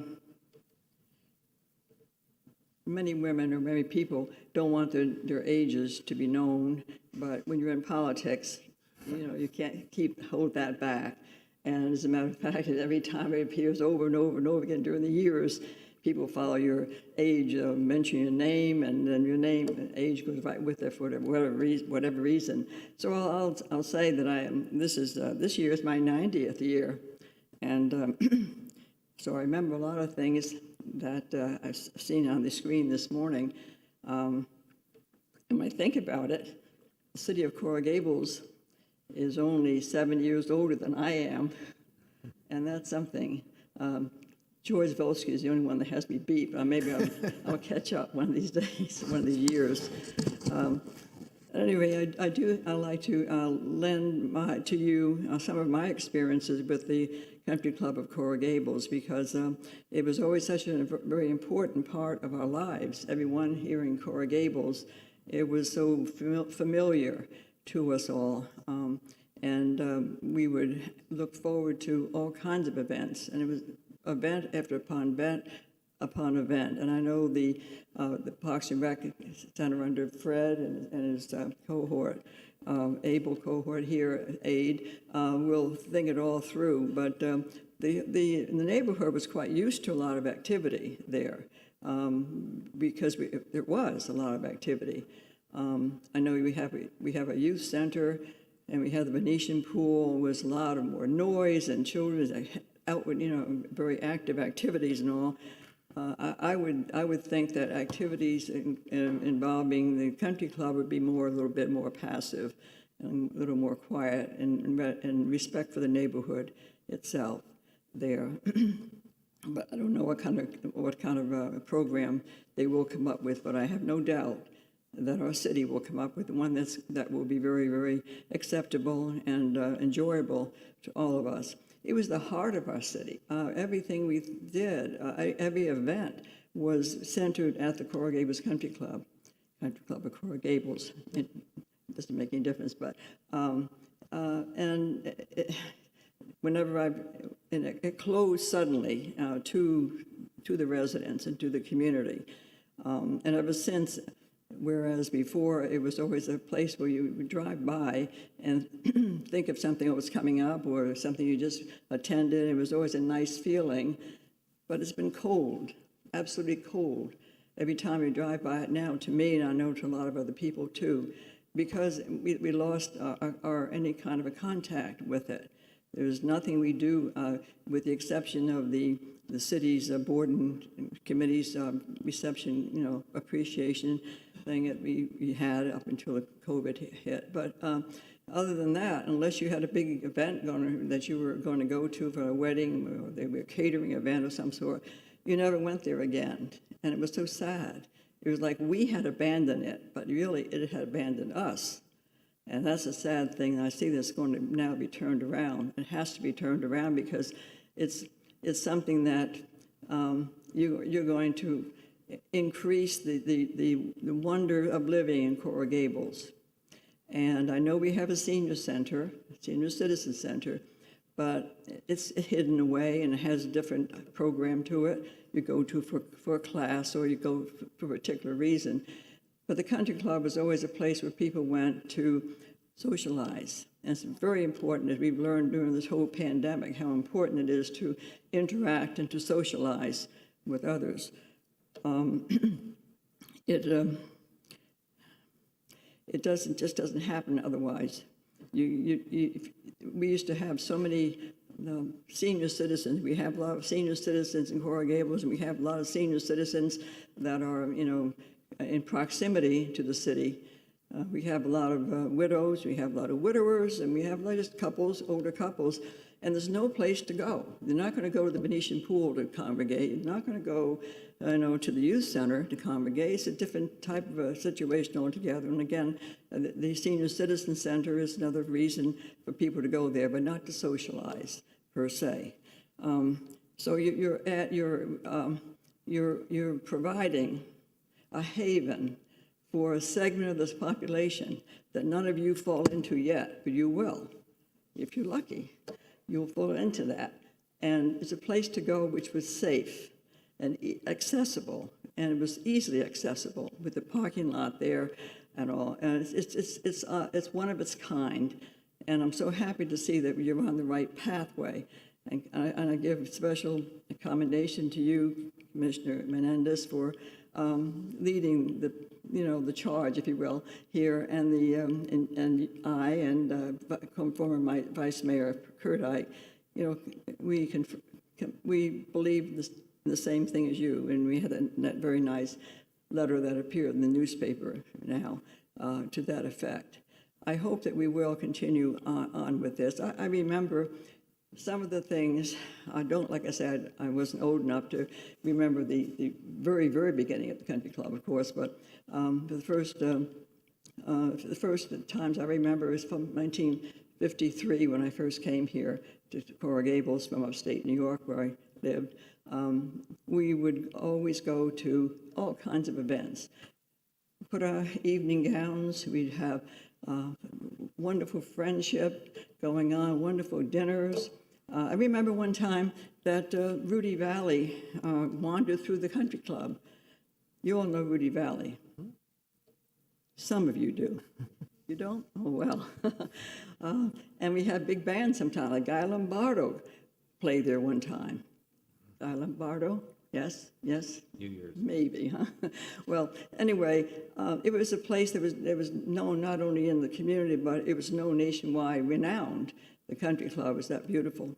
I remember the fire that occurred and incinerated at the west end of the country club. And that was, like, I believe, July of maybe 1982. I remember the morning, because it happened overnight. I remember the morning hearing about it, and I was on the commission at the time. And we were very, very concerned about whether it was a viable thing. I also remember a picture of, they had inside the country club a statue of a horse, a white horse, I remember it. And after the fire occurred, the white horse remained. Everything west of the white horse was gone. It was all cinders. But the white horse remained. Maybe that was a good sign. Maybe it could be a name for it of some sort, the horse.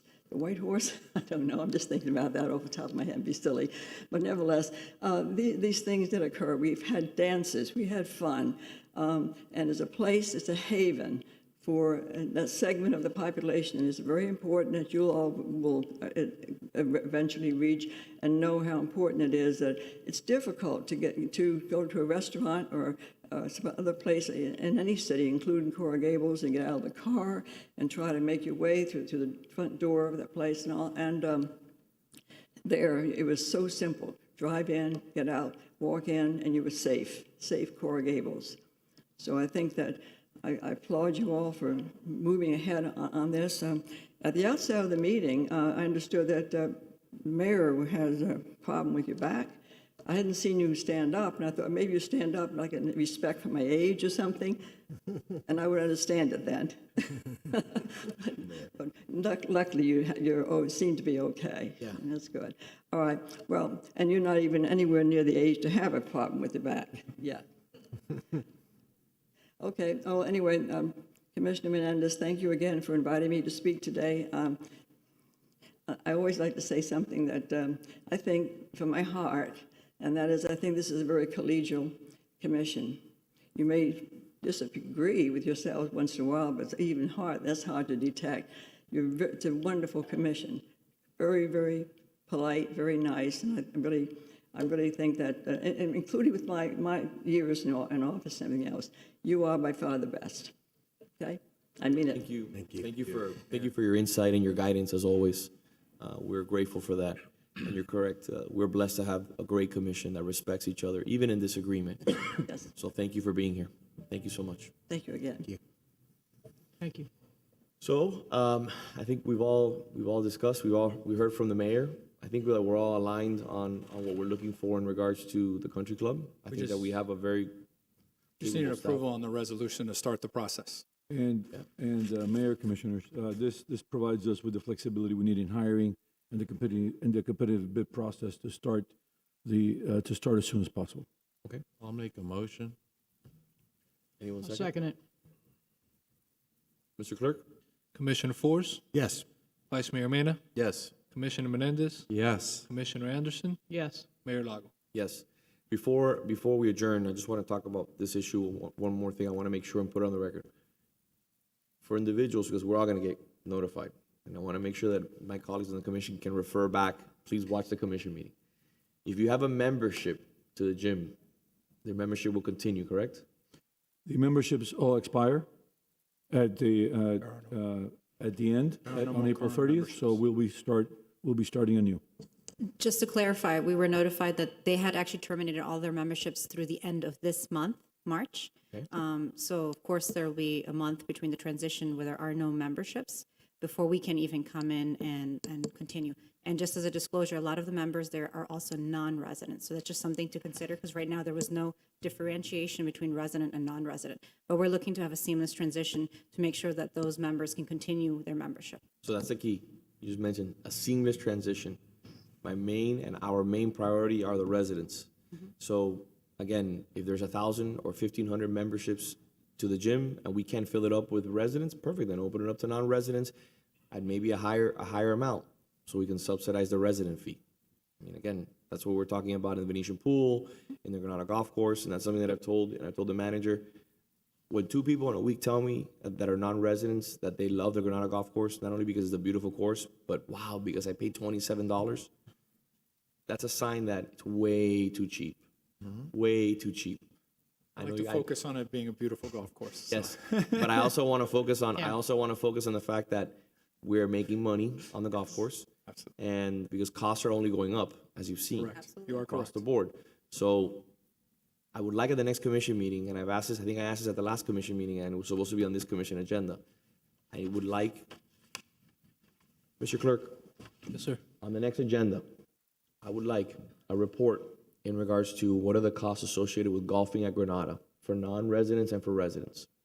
And I would like the same report for Venetian Pool and any other city establishment that deals with residents and non-residents, adult activity center, anything that I would like to see a graph telling me what the cost is for residents and for non-residents, and I'd like to have that presented at the next commission meeting, please. Just to answer you already now, our traditional structure is 25%, with exception to the golf course and the Venetian Pool. But everywhere else is a 25% normal differentiation. We did also present it as part of the fee amendment. So there's actually a chart already that has our 5-year plan that we brought to the commission. But I want to see it. I wanted to see it explained at the next commission. Absolutely. So Absolutely. okay, so because we're all going to get calls from members of the gym. So memberships are terminated at the end of this month. Then the city's going to pick back up And we're allowed to in March. go in. Mayor, No, we no. need to discuss. Okay. Well, I want to make sure that we do things in a way where people are not turned off. That's our intent, but I think we need to look at that a little closer right now. Okay. I'd like to, have clear information so that when the residents contact us to know how this seamless transition is going to happen, when does it pick up? Yeah. And the issue too is that, for example, we're already getting calls. For example, the Camilla's House event, to discuss whether there's going to be enough employees in the facility for everything to be seamless in April. And I want to make sure that everything is very, very clear. We will discuss that in the March meeting. We just need a little bit of time to That's work fine. things out right No now. problem. We have all the time in the world, but I just want to make sure that we don't skip a beat on that. And I know that we have the best staff to And do that. just to share with you, we've gotten phone calls, not just from residents, but also people who do business with the current company, including a temp agency that staffs all the staff there. So we're just picking up layers after layers of information. Yeah, what you might want to do to the residents is say to call the current operators and ask them how seamless it's going to be. I think that's a great point. That's a great point. That's a That's great great. point, Commissioner. Staff, thank you. Great work on the presentation. It was very impressive. And we're looking forward to a new day at the country club. I think we're going to see something very, very special soon. Does anybody else have anything they'd like to say? Yes, You guys, so I just had one final question on that before you guys go. Do you have their membership role, like with contact information of all the current members? You don't? What we've seen, though, is I think they're going to come to us naturally because they already are. We do not. Why don't we have that? There was something attached to the settlement agreement, I'm looking at it right now, that I think was at least the memberships then. It appears not to be complete. I'm not sure why. That Yeah. could be. Do we have all of their records? Why not? Is the audit finalized? We're having I don't issues, Mayor, that we're trying to don't resolve. have the We may have to resolve them. I would like to really not get to that point right now, if possible. Okay. So Then Peggy- we'll discuss it, I guess, in March. Okay, but We can discuss privately. that's fine.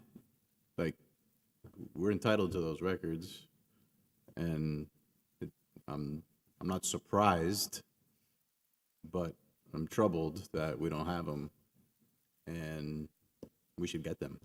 Well, we were also just surprised that the entire tennis membership doesn't even fall into the structure, and those members hadn't been accounted for in any of the reports, and that falls under a separate company that leases that space, so. This is what we're seeing in regards to the audit and the lack of transparency. And I don't want to speak for the manager or for staff, but I think that we're gonna find a lot of buried bodies when the dust settles.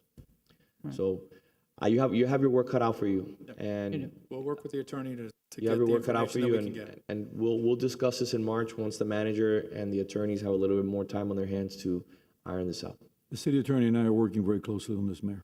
No, I know you are, but like in the words of the vice mayor, it's disappointing, and I'm trying to show a little bit of restraint right now because there was a whole dog and pony show that was put out there. People were called. There was a call for a recall. There was papers that were put throughout the neighborhood in regards to a recall effort, and we're asking for information that should be provided as per our contract. And for some reason, we're not being provided that information. So, And whatever other contractual remedies we have, I don't know what they are, but, we need to exercise them because, again, we have a right to this information.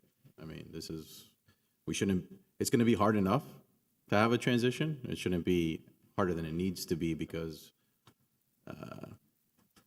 of people acting a certain way. And so, I guess we'll get a briefing. I don't want to wait till March 8th, so Mr. Manager, through the mayor, if you could please, sooner than later, brief all of us on where that stands. I just don't want to wait till March 8th because the thing is coming. we may have. Listen, I leave it up to the attorneys, but to the vice mayor's point, we may have to take legal action at the end of the day. Vice Mayor, I plan on doing that. Yes, Mayor. We plan on briefing you all and as to where we're at and where we're going. Okay. And I also want to point out, this was a conceptual plan. We did take in some information, and I got, that we'll look at, the alterations that we need to make to see what your vision is. We understand. This is a moving target. Absolutely. Listen, phase one Yeah. is triage, really. Is Yeah, we gotta get it open and we get gotta the get going. transition, get it open, flowing, and then beyond that, we're gonna have to have, and I would recommend having some sort of we've done it with other parks and things like that, having like a visioning session with residents to brainstorm ideas, not necessarily go to them with, this is what we're gonna do, but have them engaged in that process. Because I think you'd be surprised sometimes what people are amenable to and not when you get into those sessions. Absolutely. Thank you. Thank you, sir. Great work. All right. Commissioner? I have a couple things to follow up with you guys on. The agenda for the Green Corridor PACE District came out yesterday.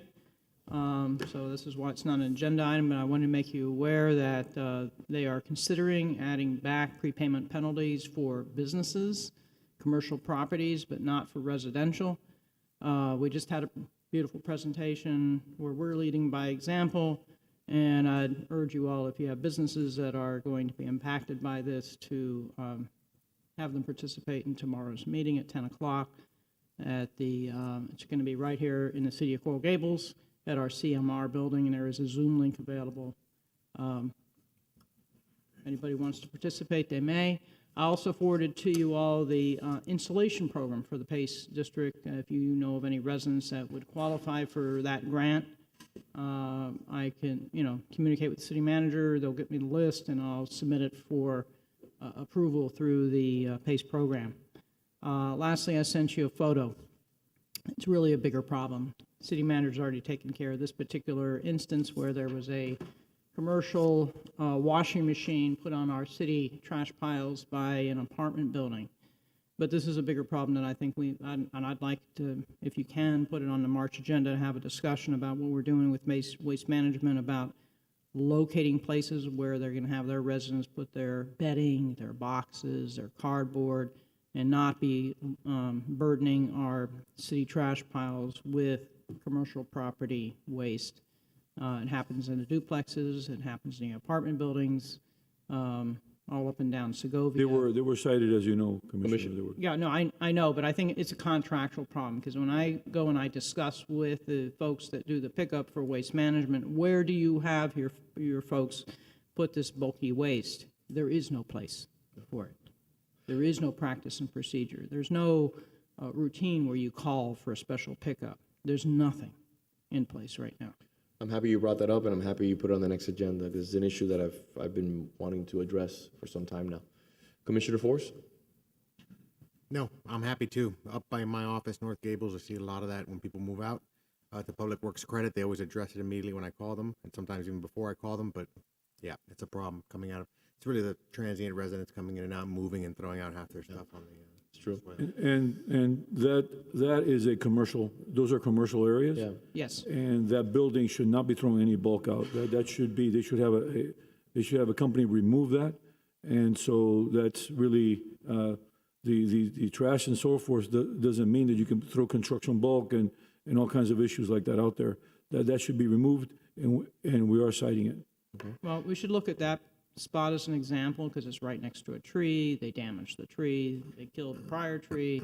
You know, let's even look at having that relocated so it's very clear to that apartment building that it is not their trash pile.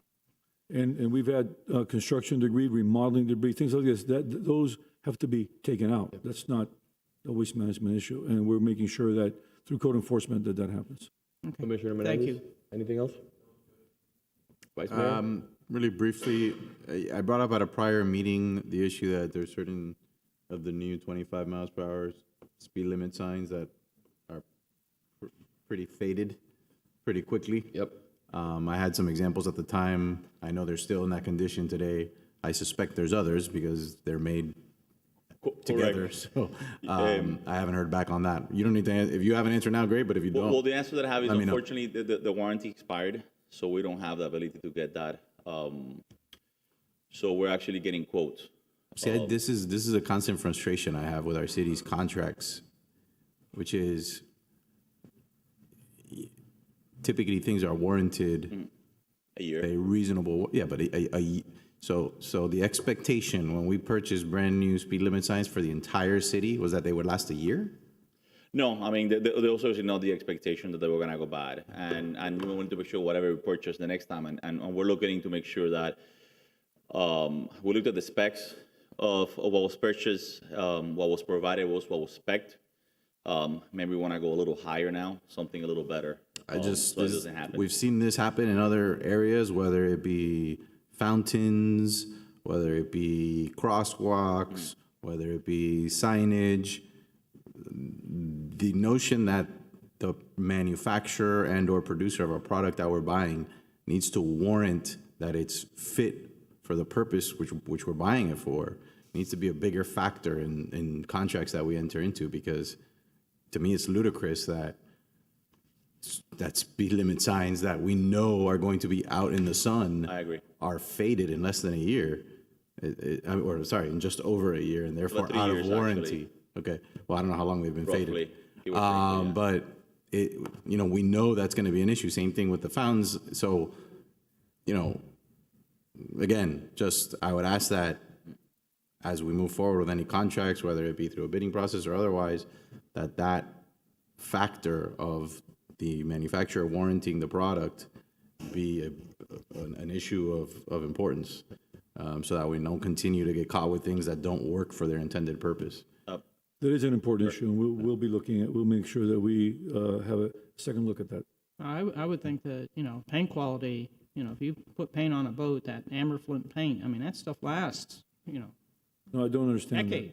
So, Just to add a little bit more to your comment, I sent over to staff, if you look at the trolley signs on ponds, if you look at the fire hydrants in the downtown, if you look at the bus stops, they're all faded. These are all county signs. They're absolutely faded. If you look at where you park your commissioners and vice mayors and the mayor park, those are city signs. They're faded also. I've asked for those to be fixed up, by the way. So I think that we also need to do, we're gonna take a drive. That's my other point that I'm gonna make now. And I'm gonna point out a lot of things to you that maybe you don't pick up, but you're gonna see things that don't belong in Coral Gables, that shouldn't be. And one of those is the county has to refresh their signage. It's been there for 30, 40 years, 20 years, they haven't done anything. Do you have anything else you want to add or no? Fire hydrants will be washed. What? No. I think it's what you're So saying. You know, if you tell me that just is what it is, that's the expected lifespan for certain types of product, I'll live with that. But what I want to make sure is that if there's a better product out there, even if it's a little more expensive on the front end, but it's a better product that's going to last, that we consider it. And that's definitely when as we replace them, that's what we're gonna be looking at. Right. Okay. So I have a few things I want to mention, okay? I want to remind the residents that today at 5:30, we have a sunshine meeting for the purpose of discussing the MF4 zoning district, including height, floor area ratio, and the Mediterranean bonus.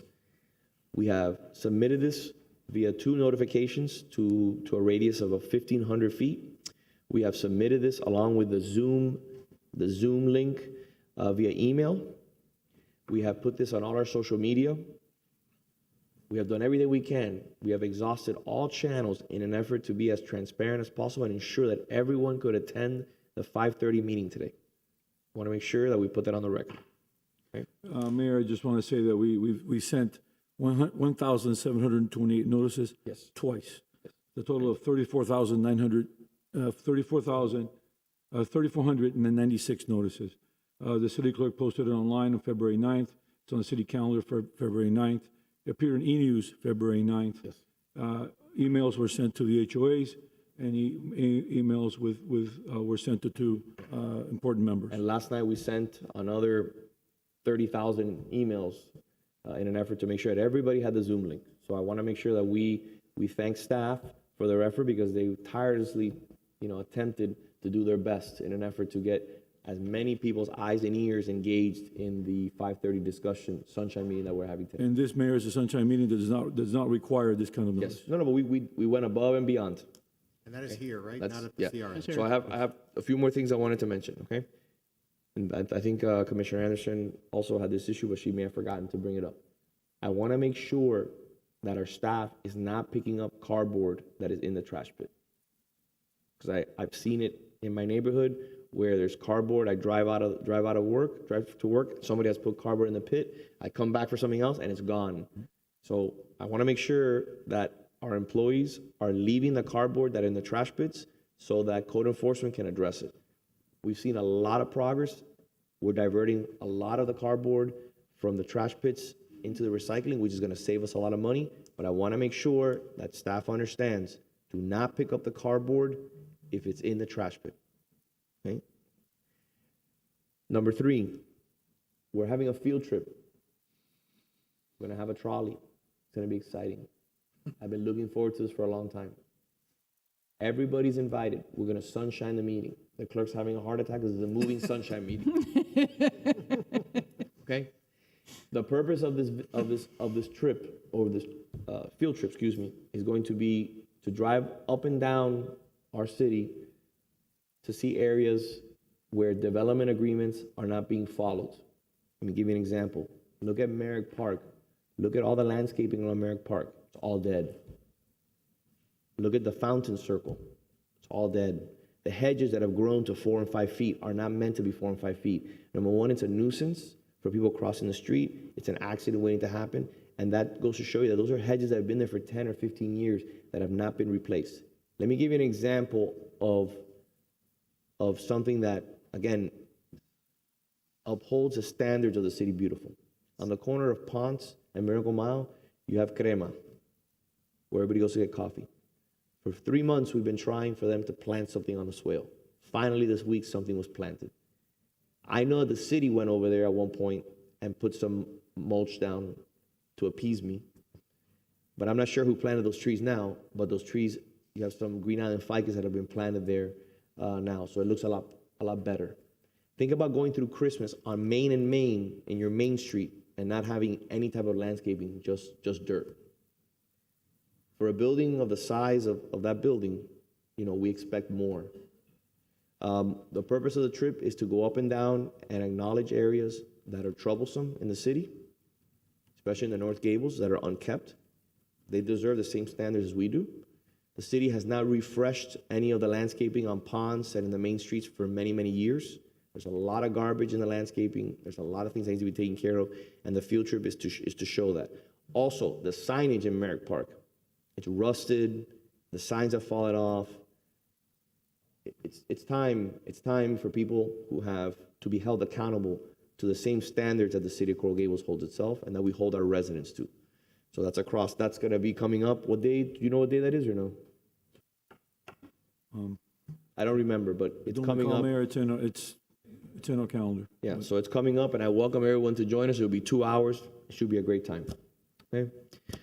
The final point that I want to make is I imagine that my colleagues are also getting this notification from residents who are in high traffic areas where they can't keep their landscaping or their grass in one piece because you have the mailman that comes by and tears up all the grass, or delivery drivers who park themselves in the grass and destroy the grass. I'm going to give you 2 examples here that I have pictures of. I have many more, but I forgot them. Mr. Mayor, it's March 7th. March 7th is our field trip. Looking forward to anyone who wants to attend. So, no, this is not it. This is important also. This is a home that I was going to talk about also that's been vacant and abandoned here in the city. And I want to understand how is it that this home still is in this position and it has not been addressed. Mayor, if you provide us with the address, we can give you an update. Yeah, it's a bank foreclosure in the North Gables, and it's gotten to the point where it's unacceptable. Do you have the other pictures of the swales? I don't think they have them. So my point is that those weren't the photos. My point is that you're starting to see a lot of residents start to put a trim on their swale of like crushed granite, 6 inches, 8 inches, a foot. And many people are starting to ask you, why isn't that allowed throughout the city of Coral Gables, like a trim around the swale, in an effort to try to keep their grass in one piece. I'll include the pictures in the next commission meeting, but I think that we need to figure something out because you're starting to see a proliferation of this style of barrier being put all over the city, and it's not allowed by code. Here you go. Here's an example. This is on San Amaro.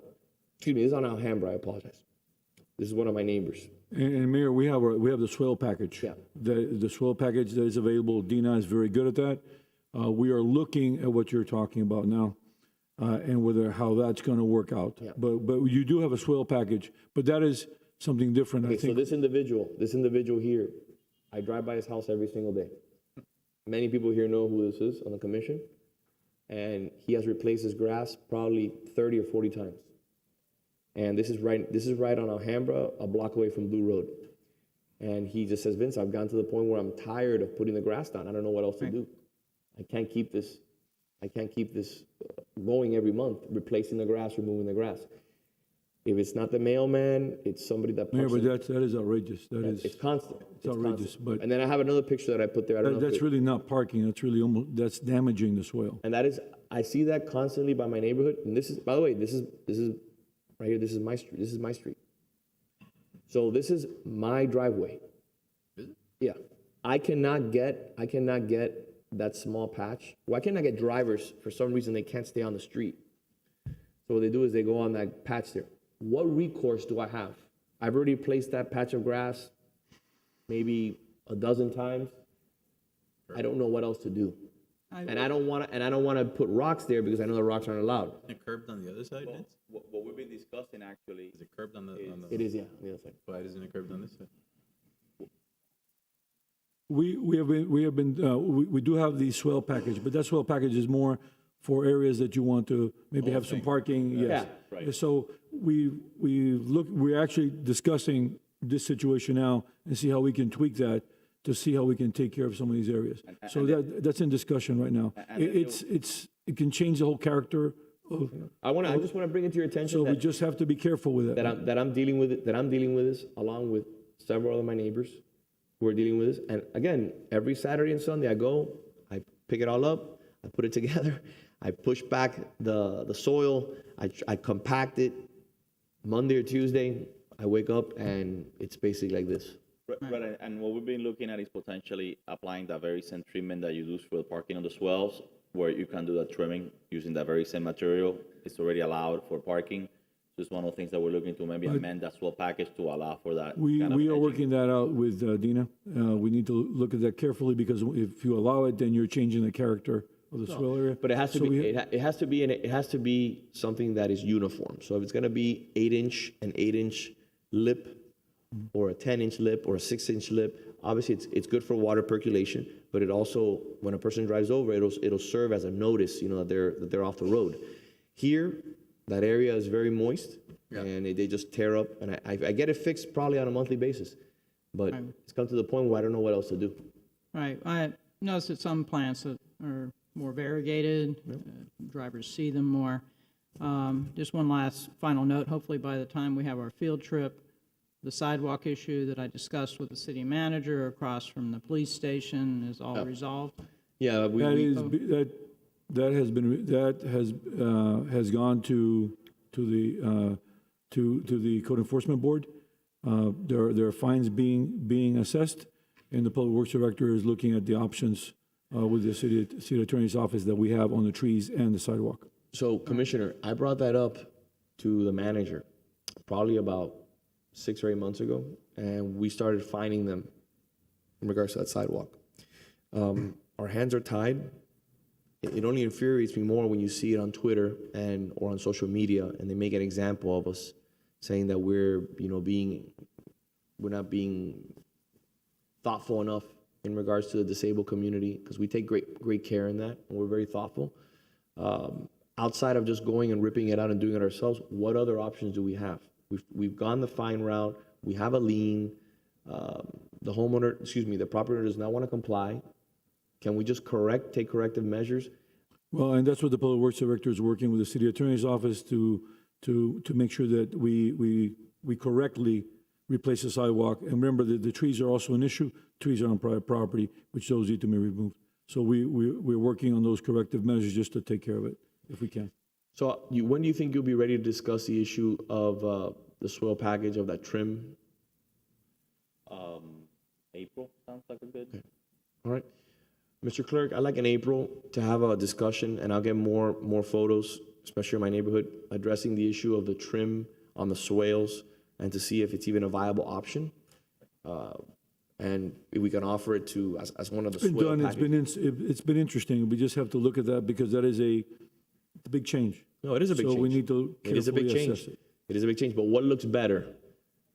A small little piece of gravel, that's tastefully manicured, or mud up and down the block in that form? I just don't know. So what we're looking at, Mayor, is maybe doing it in those areas that need to have it done, that are highly effective, maybe corners, intersections, things like that. I mean, that person went 2 feet off into the right of way. Amazing. Yeah, and that's, It's almost like they lost control of the car. It happens everywhere. And that's constant, though. It happens everywhere because It does. It doesn't have to be a corner. Yeah, it doesn't. And it wouldn't be It's usually gravel. the mailman, frankly. And it's usually where you have the water sort of coming off the street, coming off the yard, and it's extra moist in those places. So it just, Yeah. you Tears it up. Muddy. Yeah, look here, you see? That's it. sewer right there. So You have a catch basin right Yeah. there. So, all right. Well, thank you, staff. Thank you, Mr. Manager, Madam City Attorney. Congratulations once again. Thank you, Mayor. Thank you to everyone who attended and your comments. I hope you have a wonderful day. Meeting adjourned.